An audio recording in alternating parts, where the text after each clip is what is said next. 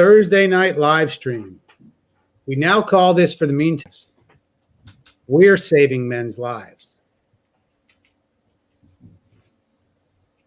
Now, when I hear that, it hits me personally. The reason I say that, of course, at one point in my life, and I'm sure in a lot of people's lives, you've come to the Manosphere, you've come to men's content to get an opinion or a view or get some advice.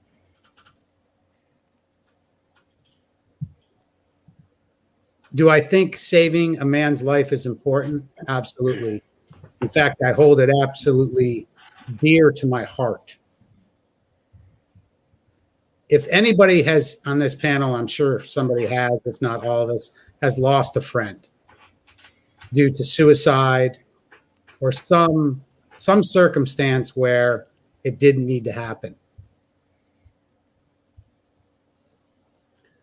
Now, as men, it's very, very difficult for us to reach out.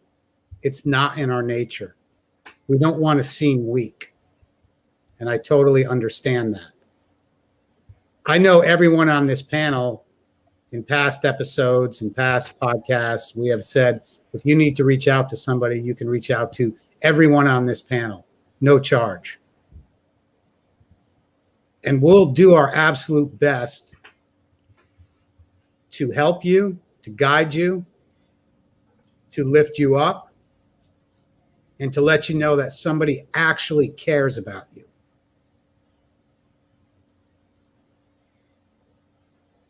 So when I see saving men's lives, there's a lot of things that go through my mind. I think of the guy that just got blindsided on a divorce, or his wife tells him he wants a divorce. He's been blindsided.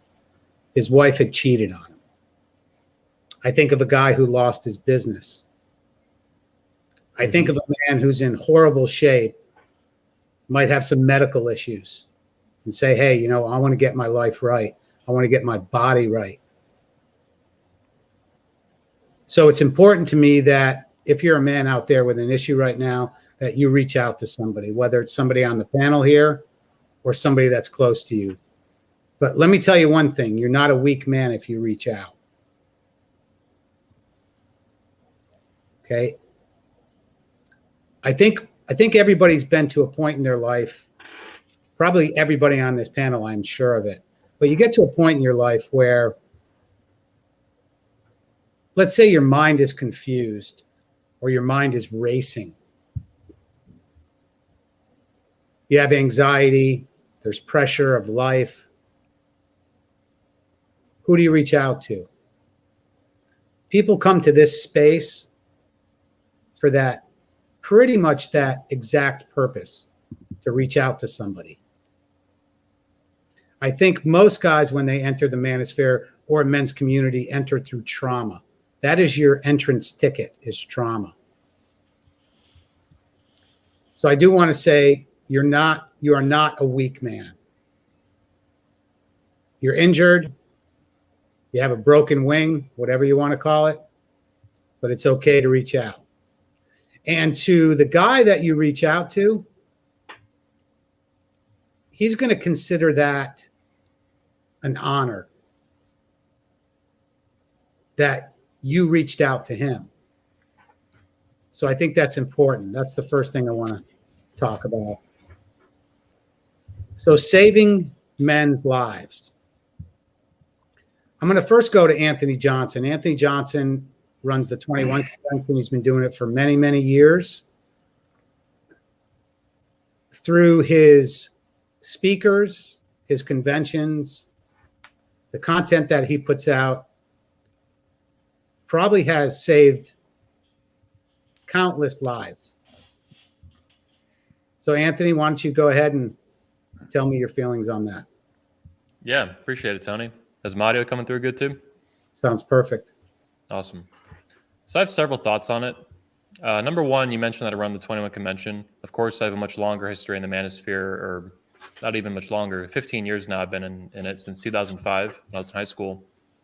And I've called myself a son of the Manosphere. And it's kind of tongue-in-cheek, Sons of Liberty kind of thing. But also I've thought about a lot of other millennials that found the Manosphere like me at a young age. You know, in the 2000s, I was 17 years old when I found it. A lot of other guys found it around that time too because of the popularity it got, coincidentally, around that time. Books like The Game, TV shows like The Pickup Artist, these different things. So I think there's actually an entire demographic of millennials that really found the Manosphere in some way during that time. And it impacted their life in a way that's irreversible. And I thought I just want to kind of put that out there because it's part of what makes the Manosphere so special to me. It's not only the duration that I've been in it and the extreme level of involvement that I've had for a really long time, 15 years, you know. There's not too many guys in the Manosphere that have been around longer than that. Some, Alan Roger Curry, Ross Jeffries, Zamparion, different guys. But it's unusual that someone this young found it and then stuck with it for this long and had a really high level of involvement with it, organization, leadership, these different things. So I want to just provide that for some context. The second point I want to get to is that I think there's let me say this. You mentioned that trauma is a kind of key entry point to the Manosphere. This is true. In most cases, not all. I've met guys that found it for other reasons that were much less traumatic or not traumatic at all. And occasionally you even find a guy who's like good with women who seeks out the Manosphere just for even better results with women or improvement in life. Everybody can improve. No one's perfect, right? But I bring that up, though, because I think that the guys who are, I don't know the exact terminology statistically for and cognitive bias, fallacies and stuff. But basically, I think these severe cases that are drawn to the Manosphere, guys who are legitimately suicidal or at least think they're suicidal in some way, right? Or they had a really bad divorce or whatever happened. These are cases that have some pretty serious frequency, right? And they get drawn to the community, but also they're so fucking severe that I think they outweigh, the rest of the community of guys who find it, who I think are much less traumatic. So it's kind of like looking at it from an outlier's perspective, these extreme cases that there is a significant number of. I'm not denying that, finding the Manosphere, but that 5% or 10% or 15% chunk of men who find the Manosphere, that stuff is so serious that it outweighs really the population that compromises the majority of it. So, and it's such a serious issue, life and death, right? Assuming it's legitimate and it's not someone just crying for attention and help and shit like that. Meaning they're not suicidal, they just want like validation. I think that's another thing we'll get to in a second. But I just want to bring that up, that there's a lot of guys who find the Manosphere who are not like on the brink of death.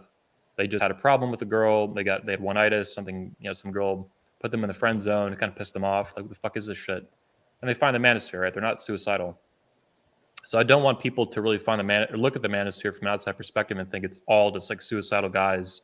Or every guy just lost $2 million in divorce rape and lost access to 25 children he had, right? Or some crazy shit. It's just not reality. The reality is it's actually a lot less severe than that. The third thing I'm going to say is that I think that you guys are probably familiar with this saying, and I think it's that politicians or tyrants, it's not an exact quote, but politicians and tyrants and dictators hide behind children. This is a common theme throughout history, right? Do it for the children. Do it for the children. What? You don't want more taxes to save the children, help the children? You must fucking hate children. You're evil. This is a specific logical fallacy. I don't know the name of it, but you guys can look it up and kind of dig around for it. And it's very real. Politicians do this all the time. They guilt trip people into voting for stupid shit that you otherwise would not vote for because they pigeonhole you and they box you in a corner with bullshit. You got to do it for the children. You got to do it for the poor. Otherwise, you're evil. People are like, I don't want to be evil. Fuck, vote for this guy or do this policy or whatever. It's bullshit.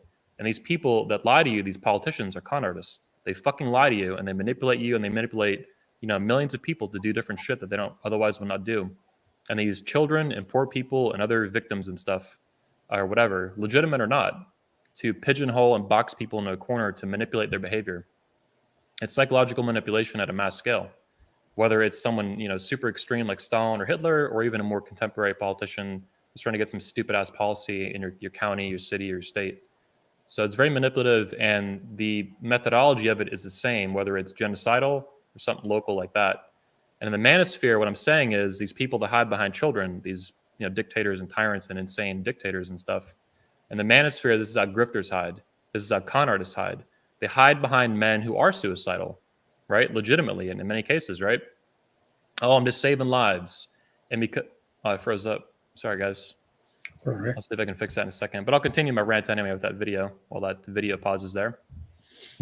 My point is that they're hiding behind the same type of method, the same fallacy they're employing to control and manipulate masses of men that don't know any better, that are not versed in psychological abuse and manipulation, and these kind of persuasion tactics that are being played on hundreds of thousands, if not millions of men in the manosphere, and it's sick. And so basically, they utilize men who are suicidal or extremely depressed or these extreme cases to justify anything, right? Well, I'm saving lives, right? So I can do fucking anything. I can charge any fucking price. I could be any kind of scumbag. I can say any kind of lie. I can have zero standards for how I'm going to conduct my business and be a man as long as I'm saving lives. I saved one life, therefore that justifies fucking everything that I will ever do, no matter what. Oh, I'm a liar and a bullshitter to the extreme, times 10. Well, I'm saving lives, so fuck you. You're a piece of shit. You don't want to save lives. What's wrong with you? Don't you want to save lives? Don't you care about men? So that's my little rant on it. It's bullshit. It's one of the most effective ways to guilt trip people and manipulate people through morality in ways they don't understand. And if you don't study philosophy and you don't study psychological abuse and these tactics, it's hard to understand, right? The guy who's a store manager at Best Buy making $85,000 a year, God bless him. He doesn't study this stuff, right? That's not his job. The guy who's your local, attorney or contractor or whatever, typically is not going to understand this stuff because that's not their job. Their job is to do physical hard labor or work a store or a law firm or whatever. So it's specific. These people, this community attracts a lot of fucked up people, these con artists and frauds, and they'll utilize whatever tactics they can, including from politicians and stuff. And it's very effective. And they guilt trip you. They play on your morality. They play on the morality that is dominant in the United States and the West. And that means you have to put everybody's life first and all these victims and all this stuff, right? Children, single moms, whatever, right? Now, the men in the manosphere are going to die. I'm saving lives, and you're a piece of shit if you don't want to save them. Fuck you. I lied, so what? That doesn't matter. I'm saving lives, right? So they hide behind this shit. Like a little mama's boy hiding under his mom's skirt. That's how they hide. They're fucking losers and they're fucking frauds. End rant. Okay. Real quick, I'm going to just respond to Jared Mesa. He said, Primal Man, I saw your super chat. No, that was actually the Primal One. That was not Primal Man, Jared. Just so you know, I saw that too. So I saw that on the clip, I think, from Black Pill Truth. Just so you know, that was not Primal Man. That was somebody called the Primal One. The Primal One needs to go change his name. Hey, anyway. Vivian has a good comment here. They use men as human shields. That's what they're doing, these con artists, man. Mm-hmm. Saving lives with human shields by manipulating and lying to people. They're saving lives by stealing from them and scamming them. Yeah. Let me ask you a question, Anthony, that, you running this convention for so many years. Mm-hmm. I don't think one time I've ever heard you say I'm saving lives. But I know for a fact your company, 21 Convention, has saved many lives. And let me again, I'm going to break down a little bit what Anthony said, because somebody says that their life has been saved. Again, that might mean they've been helped with an addiction, whether it be a chemical addiction, alcohol addiction, sexual addiction. I don't know if there's such a thing, but joking. As far as losing weight, again, blindsided. So how does it make you feel knowing that the content that you produce and put out has probably, I'm sure, helped the guy take the gun out of his mouth or the noose around his neck? How does that make you feel personally? It's touching. I don't think about it too often, to be honest. I have gotten these kind of emails and comments and stuff and private messages and even in real life in a couple cases. I don't think too much about it. My focus is much more involved and focused on the speakers, like I've discussed before. So because I'm not just a leader, but like a meta leader. I'm trying to lead leaders, and I don't really deal too directly with the attendees. I do sometimes, like Frank is an attendee of the convention and other people. I have a number of friends from the convention I made over the years, but by and large, I try to delegate the speakers to deal with the attendees, both in ideas and then also in interactions in these things, as I try to do something even bigger than all that and try to organize all that together. But I know that it does help, man, and I'm proud of that, and I like that. It's good. But as far as being an entrepreneur and just working on the company itself, I focus much more on truth and the content and the quality of it to a really insane degree. I'm very inspired by men like Steve Jobs and Arthur Jones and Ayn Rand, all these people. I really care about the quality of what I do, and that is what keeps me motivated over time. Because you might get all these people that appreciate your work, right? It's a big blow up in traffic and content, and all these, some speech comes out, it helps millions of men or something, it reaches millions. But then the next month you don't have that. So I don't like to put myself psychologically in a position as an entrepreneur. I think this is why I've made it for 15 years now as an entrepreneur, where I'm dependent on validation for motivation. That's not a good connection to draw. I'm happy to hear that men are saved by the work, or just not even saved from the brink of death or anything. That's not always the case, as I discussed. But they lost, 50 pounds and kept it off for 3 fucking years, right?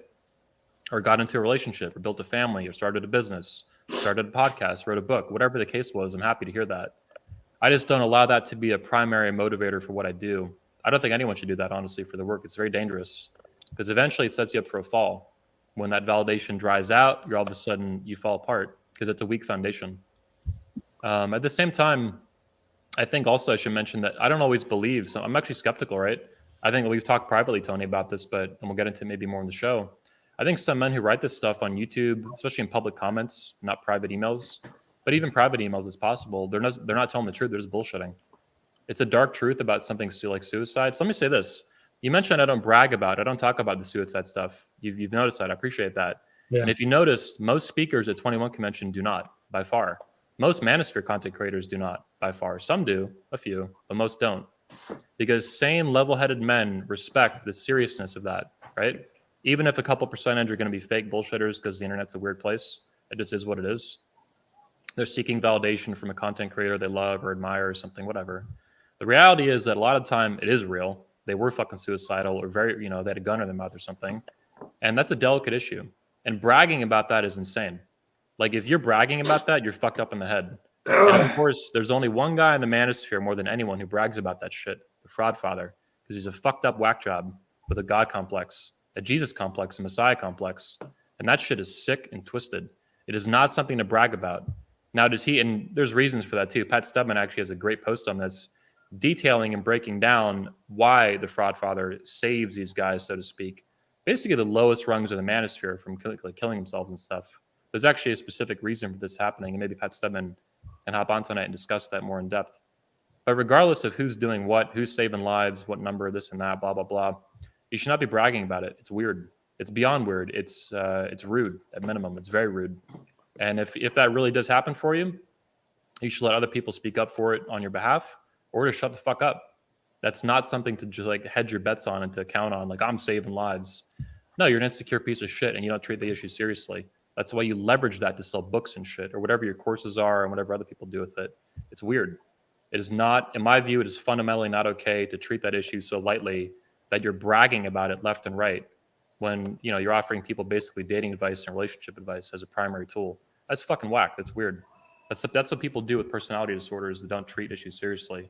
And I have a respect for how serious that issue is, the intensity of it. I love it, man. I love it. Yeah, I'm glad you picked up on the fact that I noticed you don't say that. Yeah. And I do notice that a lot with content creators. Again, myself, I want to consider myself at this point. I am a content creator right now, but I also consider myself for a very long time a content consumer. And I'm going to give everyone who is a consumer a bit of advice. And there's Michael Foster. Michael Foster, I sent it to you via text, I believe. So, Anthony, can I ask you a question real quick? Yeah, Tony, you got Michael Foster as I send the link. Frank, go ahead. With all the happenings that have been going on over the last couple of years, has the vision of the 21 convention changed at all? Where do you see this going in the next 1, 2, and 5 years? Yeah. So, it's always, I would say I'm always open to updating it, and I'm always keeping in mind how I can update it over time. And I would say every year it changes a little bit. So I always have kind of like a, year out, 2 years, 5 years. COVID was a big screwball for that I did not see coming, right? I mean, that's a year no one's ever fucking seen in history, in recent American history, right? But I'm always updating it and changing it. The Patriarch, for example, that you went to, your first event, that was a very rapid development. I did not anticipate building a family event. I did realize there was a fatherhood family element in the main event that was growing over time. I didn't really know what to do about it exactly. But then a couple of speakers approached me behind the scenes about doing a special event, and more or less it came into the excuse me, the Patriarch event. Make Women Great Again, for example, you mentioned the 21 convention, but I don't just do the 21 convention, I do the 22 convention. And that, of course, came from the hat, which came from a speaker in 2018. So I'm always updating it over time. I mean, it's really common that I'll like sit down and think and either keep things the same or update something big and new. 21 Summit, for example, in response to 21 Summit that happened in 2020 was 3 events in one. And I plan to do something like that someday, but I was thinking 2024, 2025, like 5 years out, right? But COVID fucked up everything in 2020. So I knew I had to cancel the Poland event, number one. And I'd also had to cancel the spring events and reschedule them. And I was like, what the hell am I going to do now? So basically, I took an idea that was supposed to be 5 years in the future, and I rushed it forward to 2020 to compensate for the stupidity of COVID, the lockdowns, and all this fucking crap that happened last year. And it actually worked really well. So that's an example of me updating on the fly very quickly. I mean, to reschedule multiple events, plan a new event, combine them all under the pressure of COVID, travel restrictions, all the fucking crap that happened last year. That was actually really intense. And it came out really, really good. 21 Summit 2020 was the best event we'd ever done by far. By far. It had a Patriarch event, the main event, and a new women's event, all wrapped into one. But as far, you might be asking more specifically about like ideology and different stuff over time. I'll say that Michael Foster just hopped on here. He's a Christian pastor. And I'll tell you right now, when I started this convention at 17 years old in 2006, I started building it. I had no idea I'd have one day multiple Christian pastors and reverends speaking at the event. That would have been so far outside my purview at that time, even like in 2010 or 2015, not even that long ago. I would have been like, what? And they're not even going to speak just to the main event or the women's event. So we're going to do a women's event, a fatherhood event, and a main event. So these things happen, and I'm just adapting to them on the fly. There's that old saying, adapt or die. And as an entrepreneur, this is very real. I don't care how much of a badass you are, how smart you are, how creative you are, it doesn't matter. Life will throw curveballs at you the size of sledgehammers and like golf or beach balls. And you got to deal with them. And if you're strong and adaptive and you have good self-esteem and good confidence in yourself, based on success, based on respecting reality, you can kick some serious ass, even with major challenges in front of you. Hope that answers your question. Yes, sir. I want to welcome Michael Foster. Michael Foster, how you doing tonight? Good, man. I just got done putting my my Titan 2 squat rack together in my garage. Nice. So I can be a little less fat. Nice. I gotta come to the 21 convention fit and fresh and all that stuff, right? Awesome. Man. Fit and fresh. Wait, why does that sound familiar? You know, I'm dialed in. No. Damn. Anyways, Michael Foster, welcome. I'm glad you're here. We'll go to you, then we'll go around the panel. I'd like to know your positive thoughts. That's what we're trying to go over right now, is your positive thoughts on the phrase or the quote, saving men's lives. We see that a lot in the Manosphere. Let's talk about the positive things when somebody talks about having saved a man's life. Now, earlier we had said that it can mean a lot of different things. It can mean somebody's losing weight. You know, you saved his physical life from obesity or possibly dying of a heart attack. You saved him from financial ruin. So I think that word saving lives can mean a lot of different things. I think the main thing that it means is taking the gun or the noose off a guy's neck. So what positive in the Manosphere and in your life as a pastor, saving a man's life, what does that mean to you? Broadly speaking, I think it means men who have grown up in a femme imperative society feel to be masculine is somehow a sin and wrong. And therefore, simply being in a man's corner and saying it's good to be a man It's good to be masculine and to encourage men in their masculine virtues and traits will help a man not hate himself and resent himself and think that there's something wrong with his nature. We live in a time where masculine nature is treated as if it's, toxic, treated as if it's some sort of psychotic problem. And so any man who comes along, I was just talking to a good friend of mine, co-author of mine, and about how all it takes right now is to get in a man's corner and say, hey, no, that's normal. It's okay to want a beautiful woman. It's okay to want to be ambitious. It's okay to be driven. It's okay to want to conquer and have self-control. It's okay not to define your life by niceness, not to define your life by women. If you do that, that's enough to break a lot of men free from the sort of education they've received underneath public schools and just the mainstream media. And you can really change a guy. It doesn't take a lot to save a man's life right now in 2020, 2021. So when you hear people say they're saving men's life and they're proud of it, I mean, frankly, all you got to do is tell a man like, hey, it's okay to be a man. And that will free him in a major way. You know what I mean? And so as a pastor, I believe that on the sixth day that God created man in his image, male and female, he created them. And then at the end of the sixth day, he said, it's good. I think it's good to be a man. That's why we named our podcast, It's Good to Be a Man. There's nothing wrong with masculinity. It's not deficient in any way. So what I'm trying to do as a pastor is show what biblical masculinity is, masculinity redeemed by the blood of Jesus Christ, and normalize it and help them see that feminism is a poisonous, life-destroying lie, and help them understand that your violent tendencies. Amen, brother. Amen. Can I get an amen? Your violent tendencies when pointed in the right direction, your sexual energy when pointed in the right direction, your desire for excellence and greatness when pointed in the right direction is a God-honoring thing, right?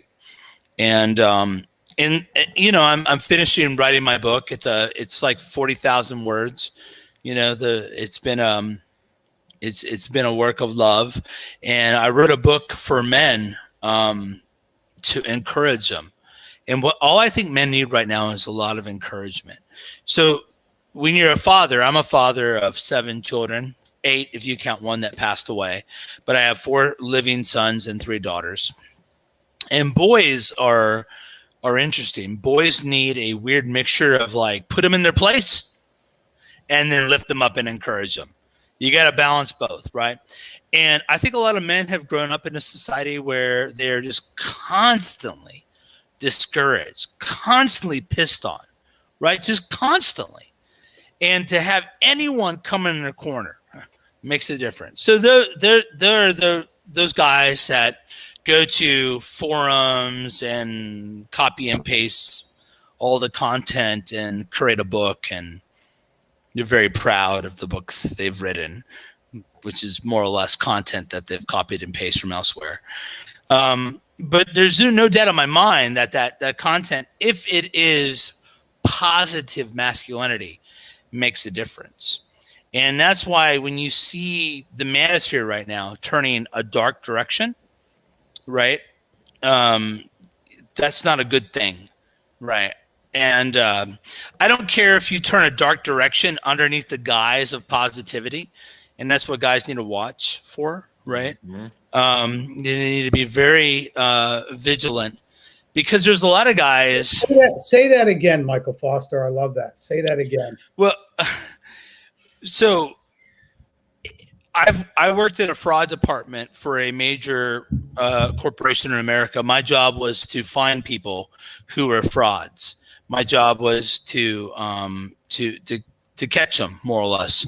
And a lot of times a fraud will look at you and tell you exactly what they're about to do, but say they're not about to do it. Yep. right? That's what frauds do. And you have to be very, very careful to listen to what they're saying and then evaluate it against their actual actions. And so as I've been around in the Manosphere, which is about as an active participant, it's about 2 years. As a consumer of the media, probably about 4 years, right? But anytime someone says, it's like a salesman when he says, look, Tony, I'm going to sell you this car, but let me be honest with you. Let me be honest, right? The moment they say, let me be honest, what exactly have you been doing up to this moment? Yep. To this moment when you're finally honest, right? You know what I mean? Let me be honest with you. What, you've been dishonest the whole time, right? So you got to listen. There's a lot of projection. And so what a lot of people will do is say they're against negativity, but and then couch it in something that's an attack. And what I see is a lot of people who've grown up in broken families without strong fathers, without an ecosystem, a biological, familial ecosystem around them, don't know when they're being played, right? I grew up in a family where, sadly, alcoholism and gambling addiction was a reality, and I realized that people who were hurting you would tell you that I'm not trying to hurt you. But as they hurt you, right? And so what you got to look at the Manosphere is it's Shakespearean. Me doth think the lady protest much. The more someone protests something, you're like, hey, dude, why are you arguing this so hardcore with me? Right? I think this is an issue for you. So you develop your ear and you listen very carefully to not just what person says they're doing, but what a person says they're not doing. And when someone says they're not doing something very, very loud, if you've been around, you start to think, I kind of think you're doing the thing you're saying you're not doing. Why in the world are you saying so hardcore? Look, brother, I'm going to be honest with you. I'm going to give you a good deal. This car, it was worth this much, but I'm going to give you a discount on it. That dude is taking you. Right. I'd like to jump in and comment on this, Michael. Go for it. Yeah. Sorry to interrupt, but I think this will really help out and illustrate your point. A long time ago, a friend of mine told me something I'll never forget, and it's not super hardcore science. It's just a very useful tool for life as a man, and specifically navigating fraudulent psychological manipulation bullshit. And it's the idea, the concept of the suggestion that whenever someone uses the word not, especially strongly or repeatedly or whatever, not, it's a negation. It's a tool to negate something else, right? Like a used car salesman. Hey, you're saying, I'm going to be honest with you, but most likely what they would say is, hey, man, I'm not going to bullshit you. I'm not going to bullshit you, man. Totally not going to bullshit you, right? Right this way, man. It's going to be a fucking sick deal. Not going to bullshit you. No fucking games, nothing. Not. It's the repetition and the intensity of the use of the word not, no, all this stuff, the negation. People who are honest with you, they don't do these things. They don't double down, triple down, elevate these negative words, right? If they're honest with you, they're going to say, hey, right this way, let's go. The car's on sale. This is the price. Let's do it. It's straightforward. It's simple, and it's positive. It's the negation stuff, negative, right, that they lean on. Look at the Fraud Father. It's all about saving lives. It's all negativity, right? Where's the positivity? Where's the positive masculinity? Where's the focus on femininity? And I bring this up because I think the larger issue at play is that these men who find the Manosphere, they get played by women. They don't understand manipulation games. Instead of getting played by women, they go to the Manosphere and get played by men. Manipulative fucking weirdos that don't care about helping you. Except they're going to tell you, I'm going to be your friend on YouTube. I'm here to help you, man. I'm not going to fuck you over and steal from you. Totally not going to do that. I'm going to be honest with you, man. It's like, what the fuck else are you going to do? Hello? So watch out for negations of words, especially, way too much of it or strong uses of it. Men who are honest, they're just very straightforward. They're very blunt, ideally. And there's not a lot of trickery and a lot of, these word salads of negative stuff. Not, no. Totally wouldn't do that to you, man. I would never lie to you, man. So on the negation issue, the other thing to watch for is I think it was I don't know what author I picked this up from, but he said the road to hell is paved with adverbs. So an adverb is an ly word, right? So if I asked my sons, I said, Hudson, have you cleaned your room? Dad, it's mostly clean, right? As a man, you hear mostly clean, which translated into man talk means it ain't clean, right? Mhm. So anytime you hear an ly word, mostly, almost, you start listen to adverbs very, very carefully. So when I listen to someone talking to me as a pastor, my job is to diagnose what's going on with somebody's soul. I take the word of God and I apply it to the soul. So as a pastor, you have to develop the ability to listen very carefully to what people are saying. And I dial in because I don't want to misrepresent them, but I also don't want to be deceived. And I've learned to dial into negation, to negatives, and into adverbs. So the more ly words are in anything, the more deceptive it is. I promise you. And as I've worked through the manuscript of my book, I work really hard to take out negatives, and that's E.B. White, and he wrote a book called Element of Styles, which is the number one book on writing.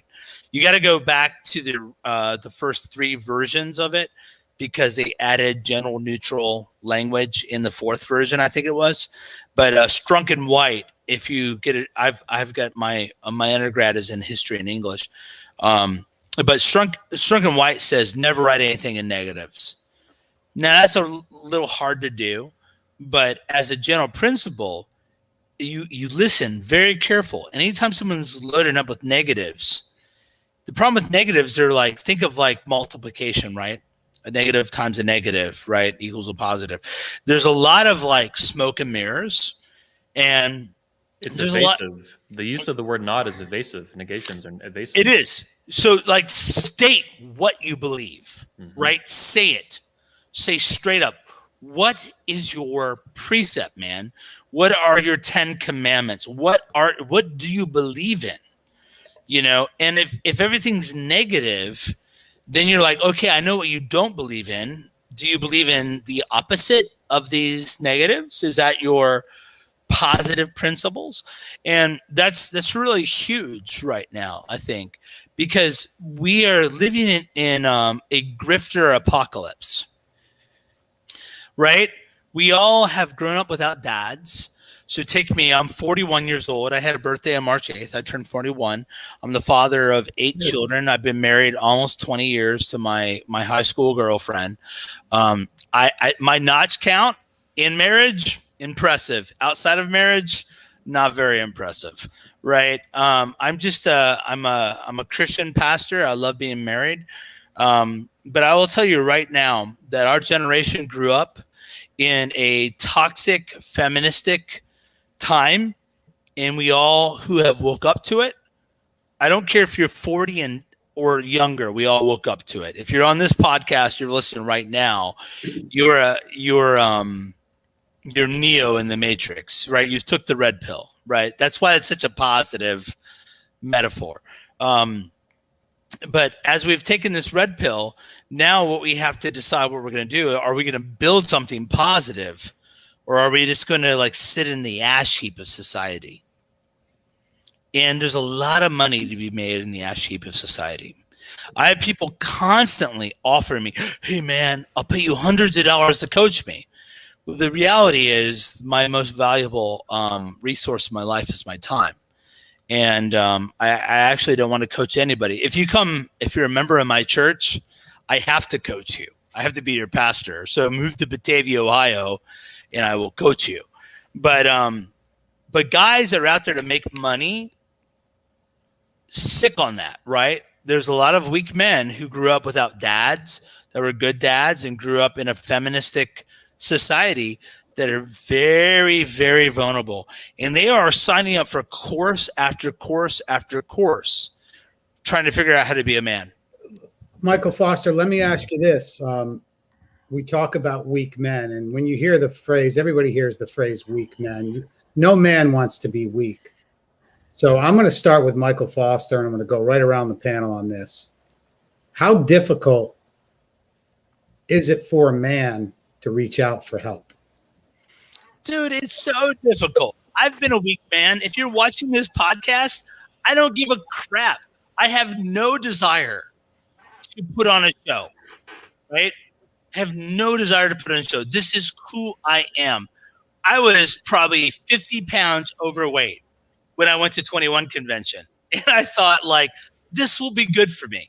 I know all those beta males out there who can lift weights but can't get a woman and raise a family are going to give me trouble about my weight. I know they are. And they're right to, right? They're right to. Because, look, all you got to do is not eat and lift weights. It's not hard to be in shape, right? But I had it. And I knew they were going to give me a hard time about it. And I was actually thankful for about it because I just finished putting together my squat rack and my bench press in my garage. But, dude, so many of us are so weak. And it's okay to ask for help. But if you're going to be putting on a show, you're going to have two faces. If you're going to, you're never going to get the help you need. And what we have to be after is results and not show. You want to be actor? Fine. YouTube is the place for you. You can put on a great show. If you want results, right? If you want to be able to see your abs, if you want to be able to actually have a positive network, pay off your student debt, and work towards that. If you want to have actual results, you can come to something like 21 or wherever where people, are willing to say, hey, I see how you are. Now let me help you take the next steps. And that's been a big push for me. So there's my answer. All right. I want to go to Frank Pesci. How difficult is it for a man to reach out for help? Men don't like to ask for help unless they absolutely really need it, because it's almost as if you don't want to use that trump card. You don't want to call in a favor too soon. You want to be able to handle your business with minimal help so that when you really need something under duress, under pressure, then that favor can come in for you. Now, I'm the type of person I always like to lend myself to help other people, to establish obviously good rapport in my community and with my friends and whatever. But also, I'm not adverse to asking for help. If I need help, I'll ask for it, but I won't take advantage of it. And I won't ask for help for something that I don't need help for. I think men, just by our nature, we are problem solvers, right? Like, how often do you hear it? Like, women are like, oh, I just want you to listen. And I just want to give you a solution, because I'm not going to just listen without the desire to produce an outcome to solve this problem. So if you give men a marketplace, right? So like 21 convention, right? For instance, we're talking, we got Anthony here. I've been to 21 Con. Excellent, awesome event. I encourage you guys to go. 21 is a marketplace. So I don't need to directly ask for help, because sometimes I don't even know what I need to ask for help for. But I get to go to a place like that, a marketplace, and talk about all different kinds of things with all different kinds of people in a streamlined fashion, where it's like, hey, we're here actually to produce solutions and produce relationships and so on and so forth. And something that I was planning to deal with 5 years from now, I can deal with it right this moment, because I know it's got to be dealt with. And the marketplace is there to help me do that. So men more often than not are going to look for opportunity. They're going to look for marketplace in order to address issues, get things done, start that business, build that bridge, whatever it is that needs to happen. So I think the answer lies into giving men opportunities for marketplace to come together, to work together. And because men like kind of like structure, I think, men like, here's some issues. How do we fix them? Instead of just, kind of free flowing all the time. So, that's my answer to you, Tony. That's my answer. I'm going to go to Gene next.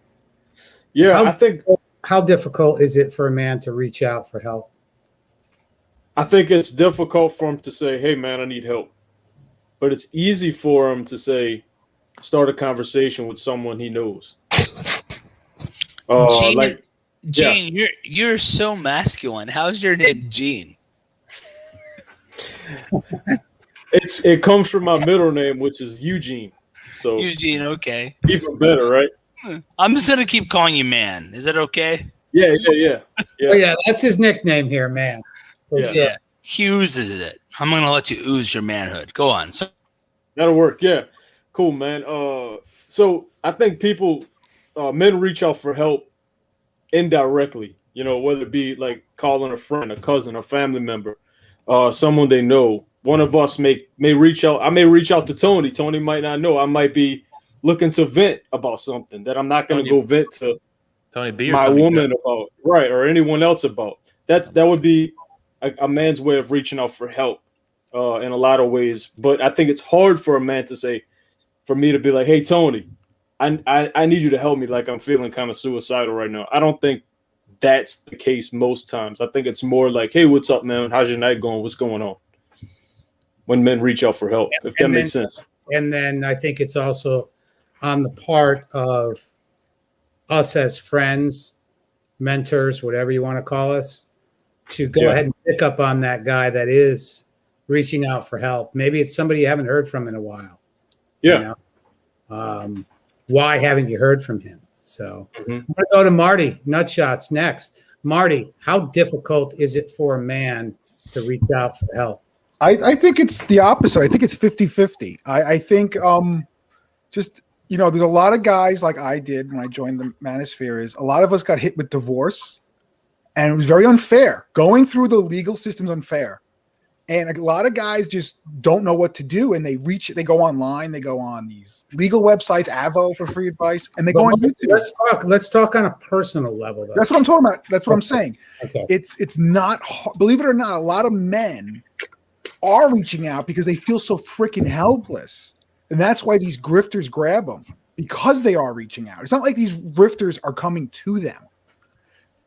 We're not talking about men going through psychological. Let's talk about the man himself, not about the grifters right now. But no, that's what we're speaking about. For the men who are struggling, there's two different types of people who join the Manosphere.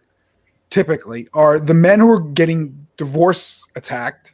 I don't want to say the R word, or the man who's just going through psychological, emotional problems that is afraid to reach out. Those people, it's hard for them to speak out. The ones who are going through the divorce and all those emotions, they're the ones who are more likely to be open about it, because it's important. But either way, it's important to let these men know they're not alone. That every guy is there's so many men going through it like them.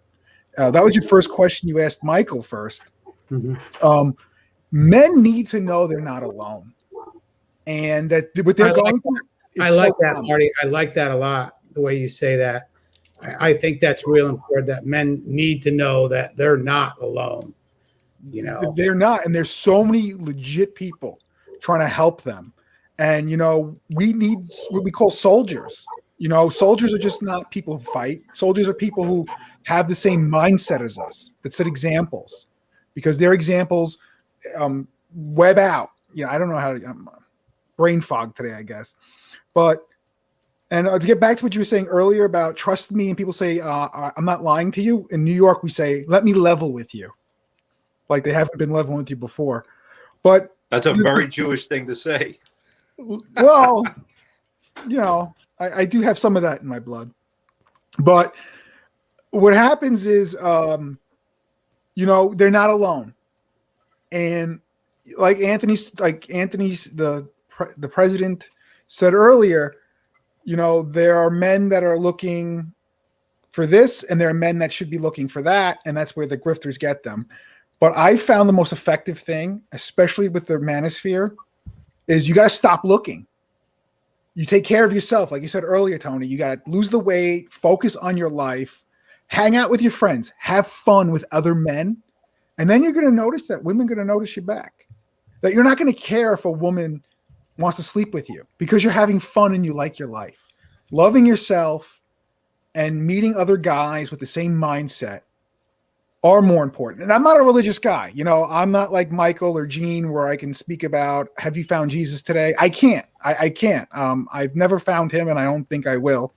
Oh, you're going to get saved. Oh, no. I am not touching baptism water. I might actually burn and melt. So just fair warning. That But I've got my target set on you, but go on. Suffer and die, Marty. oh no, I can't. And then, but just not alone. And it doesn't matter who you are, what mistakes you've made. I always believe in people having redemption. I even feel that, I'm a little different from you guys in the panel. I feel even these grifter losers, that there's redemption for them. Nope, It's they'll there. die. There might have to be a lot of Hail Marys and Hallelujahs They'll and go to burn. payback. They might have to pay back. They might have to pay back, give everything back, and take all their clothes off and expose themselves and be honest at first. But if people are, I always believe that if you pay the price, you can come back. I say we feed them to the sharks and see if the sharks spare them. That's fair. But Walk Anthony, what the happens? plank, Let's say that blonde stripper and his niece leaves him, and he's like borderline suicidal. I'm not going to turn my back on another man. I'll bring him in and say, "This is where you've lost." On that guy. Oh, when there's predators, when there's people who prey for years and years at a time on other men for decades, even lifelong con artists, I don't give a fuck. I hear you gotta draw the line somewhere, man. Redemption is not unlimited. I believe in redemption too, but it has limits. And if you call it unlimited, I would strongly disagree with that philosophically. If there are no boundaries, if there are no definitions to what redemption is and how far it can stretch, then it's meaningless. You must give current definitions to terms. I agree with you. I agree. Like anything with children, you hurt children. I have zero tolerance. You should be executed.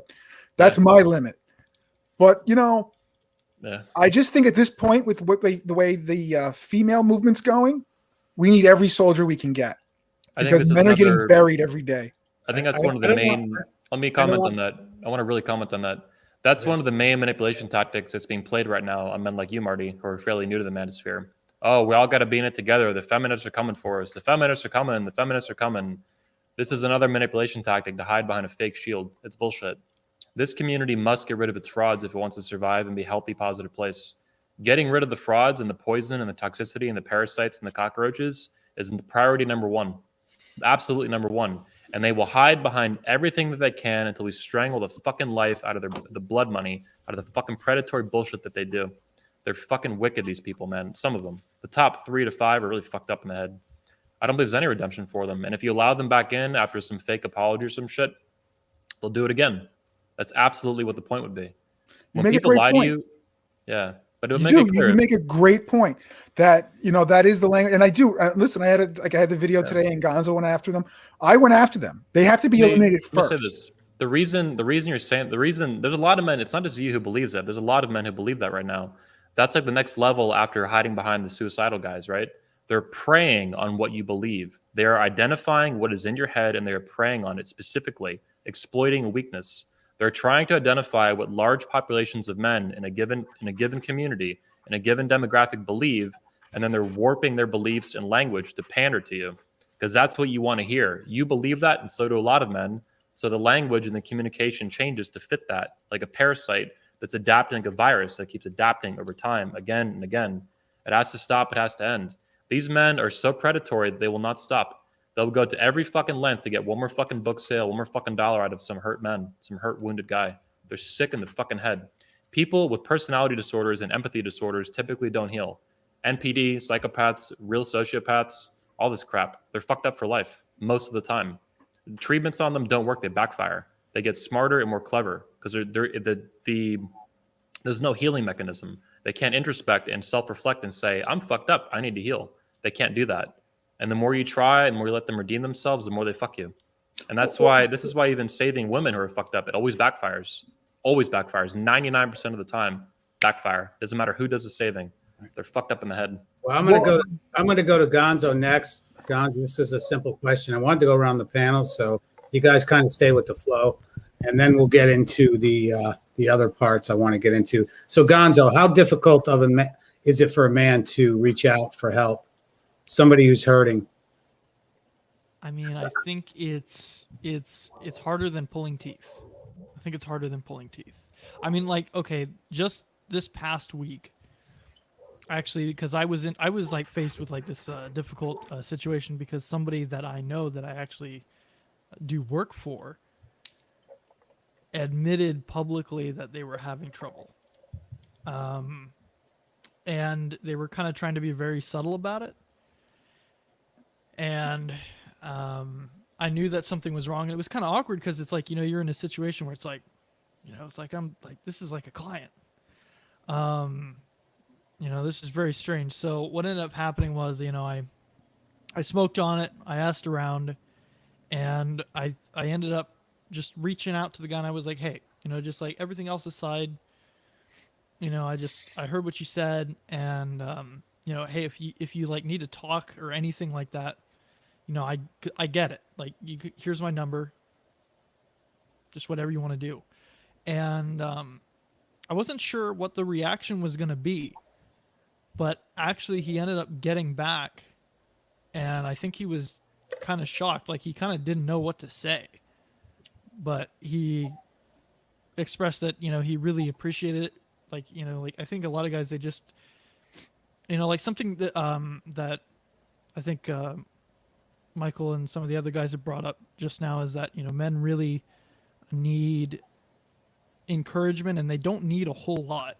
And that's something I saw an old clip of Jordan Peterson the other day, and the guy like started crying because he's like, there are these men, or just people in general, and you just tell them, like, you just give them a little bit of encouragement, and they need so little of it, and the effect of that is just so profound. Like, that's how starved people are for any type of encouragement. And he was saying that, he can tell that there are some people who come to talk to him after he speaks or whatever, and they say things like, they give the impression that maybe they're unsure if they really want to talk about good things that have happened in their life, because they took that encouragement and they ran with it. And that's just because they're just so used to being beaten down. People are just so used to being beaten down, and especially men, because everything is just coming down on you. It's like you're bad for being a man, you're bad for, all these things that are natural to being a man. It's terrible. And so as soon as you just give any amount of encouragement at all, that's it means a lot. It means a lot to who needs it. So yeah, I heard that yeah. with rejections from women, and you got a whole mess. I'm really glad you said that, Gonzo, because as men, I think we need to look around at our friends, our colleagues, and guys. I'm sure everybody on this panel has seen somebody going through something. Okay, how do you approach that guy? And what I want to tell everybody who's watching is, don't be afraid to approach that guy who is going through something. I've had this happen to me recently. I'll say in the past 2 to 3 months, I knew somebody was going through stuff. I could tell. I reached out to him. Somebody I very rarely texted. Kicked out of his house, the whole thing. I reached out to him and offered him everything I could offer him. Talk to him. I think you'll be surprised as a man when you reach out to another man that is going through some stuff. Don't be afraid. Don't be afraid to reach out to him. Don't be afraid to talk to him. You could be wrong, but chances are, the reality is you could save his life. I mean, that's reality. You could save this guy's life. So I think it's our duty as men to pick up on the things that other men are projecting to us. Somebody's got a dog barking. Not me. Oh, man. That these other men are like, they're giving us hints. They're giving us clues. That, again, for me as a man, it's very difficult for me to reach out to anybody when it comes to an issue that I have in my life, personal, relationship-wise. It's very difficult for me to reach out to anybody. So if you pick up on these clues, these hints that somebody's giving you, I think it's very masculine to talk to that guy. I'm thinking of my son, Athanasius. He's my second born. So I've got a boy that's about to turn 15, and Athens about to turn 13. And Athens, like, on the spectrum, you know what I mean? Like, somewhere in that. But we didn't let him get diagnosed because we don't want that to haunt him. He's a smart kid and he just needs a little extra attention. But at times he can interact with the family in ways that are, awkward. And one night I came up to him and I said, hey, son, I love you. And he said, I know, Dad. And I said, no, I don't think you do. I love you how you are right now. You don't have to change. I love you as you are right now. And he said, I know, Dad. And I said, no, son, I love you. And he said, oh, no, Dad. He started crying, right? And I hugged him. And Athanasius is my son, Athan. He's tough. He's really good with hammers. He's very gifted when it comes to like building things. This very evening he was helping me build some stuff. He can take a lot of punishment. I watched him get his junior black belt. He would get punched in the face 30 times just to land one haymaker and knock the kid out. And he was like, did you see me knock that kid out? I was like, well, I saw you get punched in the face 30 times. He's like, but I knocked the kid out, right? I was like, well, you did knock him out, but son, come on. That's a lot of damage to take.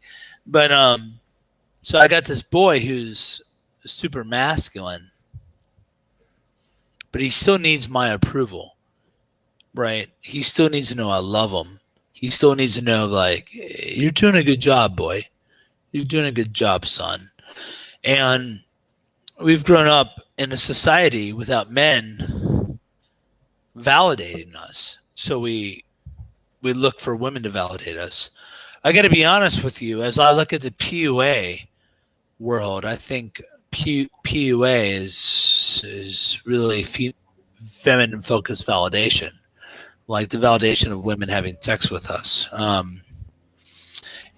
But at least there's male conquest involved in that, male excellence, right? Men have to like develop themselves to get there. I can defend the PUAs if you want to go there. You can defend it, but before I go there, real quick, I'll just say that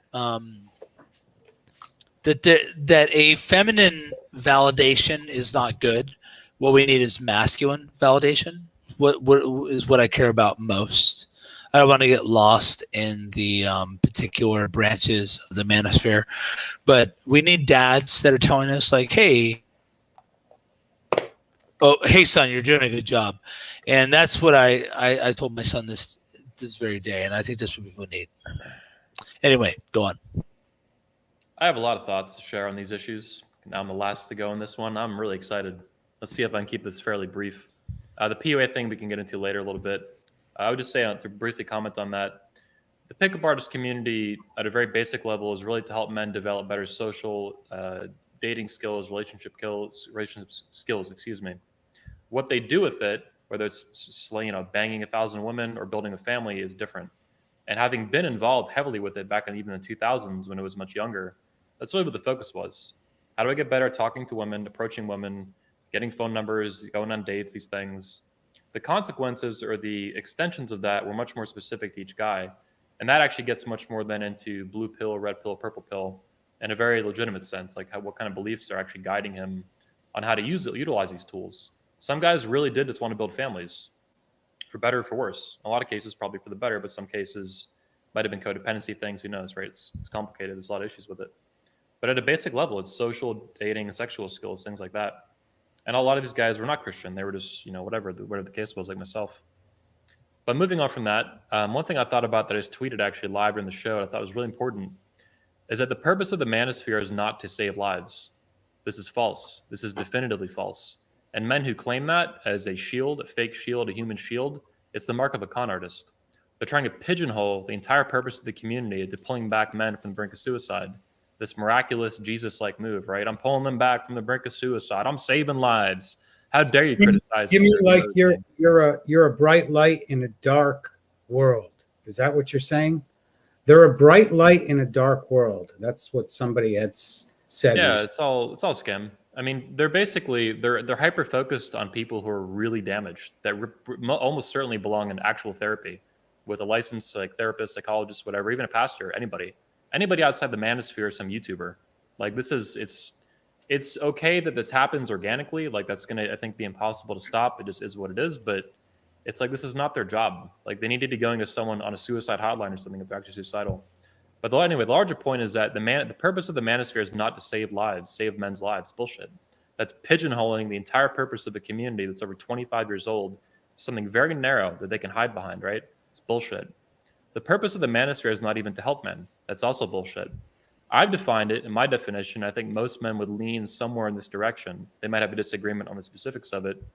I've defined the purpose of the manosphere as a positive future for men, boys, and fathers, which is much broader, more comprehensive, and much deeper than something like saving lives or even helping men. What about if we were going to make a positive future for men, boys, and fathers, we need great women too, right? Make women great again. If women are a total shit show and Rome's going to fall and we're all going to die, what is the point of being, we self-improved? Oh, I got in shape. I got in shape and I made money on Bitcoin and America falls. The dollar collapses, people starve to death, and we're all fucking dead in FEMA camps. Like, what is the point of this? This is stupid. So it's a positive future for men, boys, and fathers.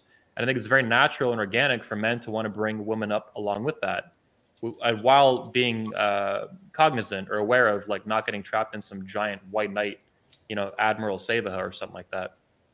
Women need help too, and they need masculine leadership to do that. They have proved definitively with 100 years of insane feminism that's gotten even more crazy the past couple decades. They're not going to end that shit show, and men have to do it, at least set the stage for ending it, right?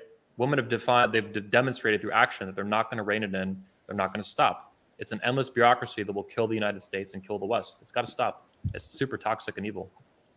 So anyway, the purpose of the manosphere is much broader and much deeper than saving lives or even something like helping men. No. It also involves boys and fathers, and it can be also include women too, right? Now, I also wanted to mention that I think it's someone in the comments is saying that Johnson, really hates those guys, which is true. I don't, I'm not bashful being hating people in select contexts, right? It's a strong word, but I use it sparingly. I hate feminism and hate frauds, particularly frauds who want, this is sick to me. This is really fucking sick. I've grown up in this manosphere my whole fucking life, and my adult life, from 17 to 32 years old. If I see a man who is knowingly, willingly pretending to help men while scamming them out of money, financially harming them for years at a time, hundreds and thousands and even millions of men through exposure by lying to them, that is fucking sick. This isn't a pizza shop or a car dealership, right? If you go to a pizza shop and they're overcharging you for pizza, or you go to a car dealership and they rip you off somehow, that's bad, right? It's fraud. But they're not pretending, it's not a direct line. It's much simpler, right? It's nowhere near the level of hypocrisy. If these guys are pretending to help men who are hurt and wounded or weak or whatever, and then they're stealing from men and hurting them while pretending to help them at the exact same time, that is fucking sick. You have to be sick in the fucking head to do that. And that's what these men do, right? They go to this community with all these men that are hurt and want advice and help, and a culture, a whole civilization that is aligned against them at a basic level by the fact that they have a dick and balls and a Y chromosome. They're hated for that. If you're going to pretend to help those men while hurting them willingly and intentionally and knowingly and hiding it, fuck them. They can go to fucking hell. They can burn in hell. That's what they fucking deserve, because they're sick in the fucking head. Now, the next point. Go ahead. Well, I'm just going to point out what you just said, because I made this comparison to you. I think it was yesterday when we talked, that so many guys and thought leaders, content creators, they're going to reach down when you're in that shithole, and they're going to give you that hand. They're going to grab onto your hand and say, buddy, I want to help you. Mm-hmm. And as they're pulling you up, pulling you closer out of your shithole that you're in, their other hand is in your back pocket. Mm-hmm. It's taking your wallet. It's fleecing you. Mm-hmm. I'm going to pull you out of this hell that you're in. It's sick. And in the meantime, you don't feel that you're being pickpocketed because you bought his lies immediately. Okay? Mm-hmm. You bought the lie that he wants to help you. But on the other hand, you're going to have to pay me. Yeah. I have no issue with somebody making money, quality content, and value for dollars. No issues at all. But I do have an issue, again, with somebody grabbing your hand and saying, I'm your buddy. I'm here for you. Now, spend $800. I'm going to teach you how to read what a woman says when she flicks her ear and goes to the bathroom. Uh-oh, she's going to meet Chad. Uh-oh. First of all, as men, guys, you know what's right and what's wrong. Yeah. You know the way a woman is speaking with her body language. You know it. It's inherent in us. Well, don't say it's not. Let me continue on. So what you're getting at, Tony, what you're referring to, how I was taking it, you clarified a little more, but where I took from that, or where it led my mind on this, these men that are ripping, these fraudsters that are ripping men off while pretending to help them. You mentioned the hand in the pocket as they're lifting them out of a shithole. You're correct. This analogy. They're not making technical mistakes. These aren't errors, right? These are moral mistakes, very deep, and it's sick. If you go to a restaurant and they double charge you on some item, or you go to a car dealership and they rip you off for $500 for some scam product or whatever the fucking case is, that's wrong, right? The guy's a scumbag. They're slime balls, right, doing this. But it's nowhere near the depth and depravity of hurting men while pretending to help them. It's like going to a doctor and you pay them and the doctor intentionally hurts you and lowers your health, knowingly and willingly. Not kind of, does he know what this pill is going to do and he's kind of like winging it? You know, it's kind of being like very loosey-goosey with something or kind of a slime ball. Knowingly hurting your health while pretending to fucking help you. That's sick. That's fucked up in the head, man. And that's what I have no tolerance for. These men can burn in hell. I hate it, man, with a passion. At a time and culture when men are hated more than ever, they do this shit willingly and knowingly, as much as they can, for every fucking dollar they can get. Those men live by the dollar and they will die by the dollar. They're going to burn in it. I'm going to make sure of it personally. Well, there's a recent podcast that I had watched. It was a short one. We'll just say his last name starts with a P and the last two letters end with PP, I believe. So I watched the podcast. It was a short little video. And I actually listened to this guy say, we're saving lives. That's all I'm about. I don't care what a man has to do to save a life. So it doesn't really matter basically what this guy was saying. It doesn't matter if the guy is a scumbag, con artist, a thief, a criminal. It's okay. You saved a life. That I don't get. I have no respect for somebody that says that. Yep. Well, you know, that's exactly. Just so you know, just because you have 150,000 YouTube subscribers doesn't mean shit. Yep. Okay? Just so you know. In the grand scheme of YouTube, you are absolutely nothing. Let's get real. Talk to me when you have 5 million, 2 million. Talk to me when you have 1 million. Talk to me when you have 20 million. I got 2 more points, by the way, I want to get to real quick. I'll try to finish up. My third point is that we talked about men who are asking for help. That was the original point of this kind of go around here. And we're talking about how they're weak, right? They're weak men, this and that. Well, it's not even so much that they're weak. They might not even really be weak in a generalized sense. What they are is in pain. They're injured. It's like if you broke your leg, are you really a weak man? Well, for a period of time, you're going to be weak because you broke your leg. You're in pain and physically disabled at that point in some temporary capacity, hopefully. So there's a difference there, and I think it's more accurate to state pain, not weakness, because pain is what they push on. It's the button they push. This is how marketers, internet marketers that are slime balls, they figure out ways to do this with sales pages and video sales letters and all this crap, right? They push pain buttons. They find them. Like all these things now, the Unity, all this fake crap are in the Manosphere now, right? We're saving lives.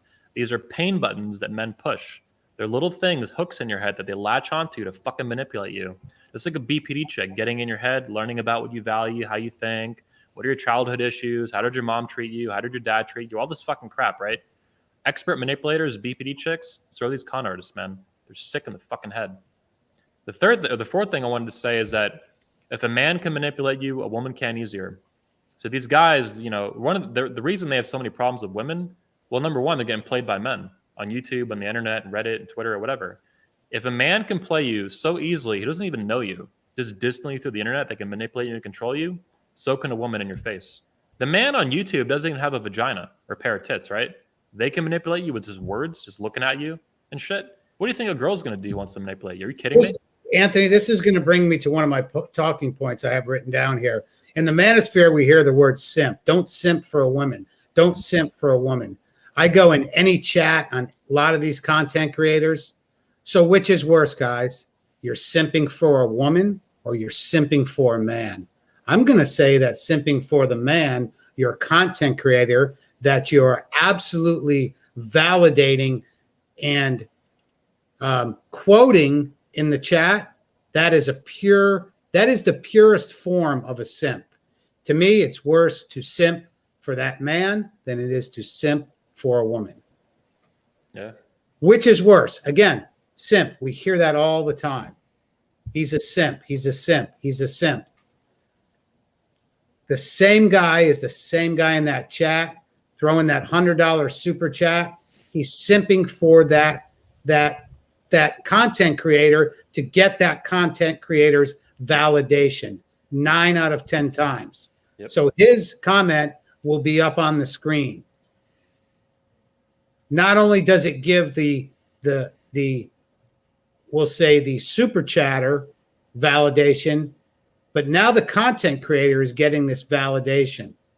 So it's almost like a relationship that is just, it's like a super toxic relationship.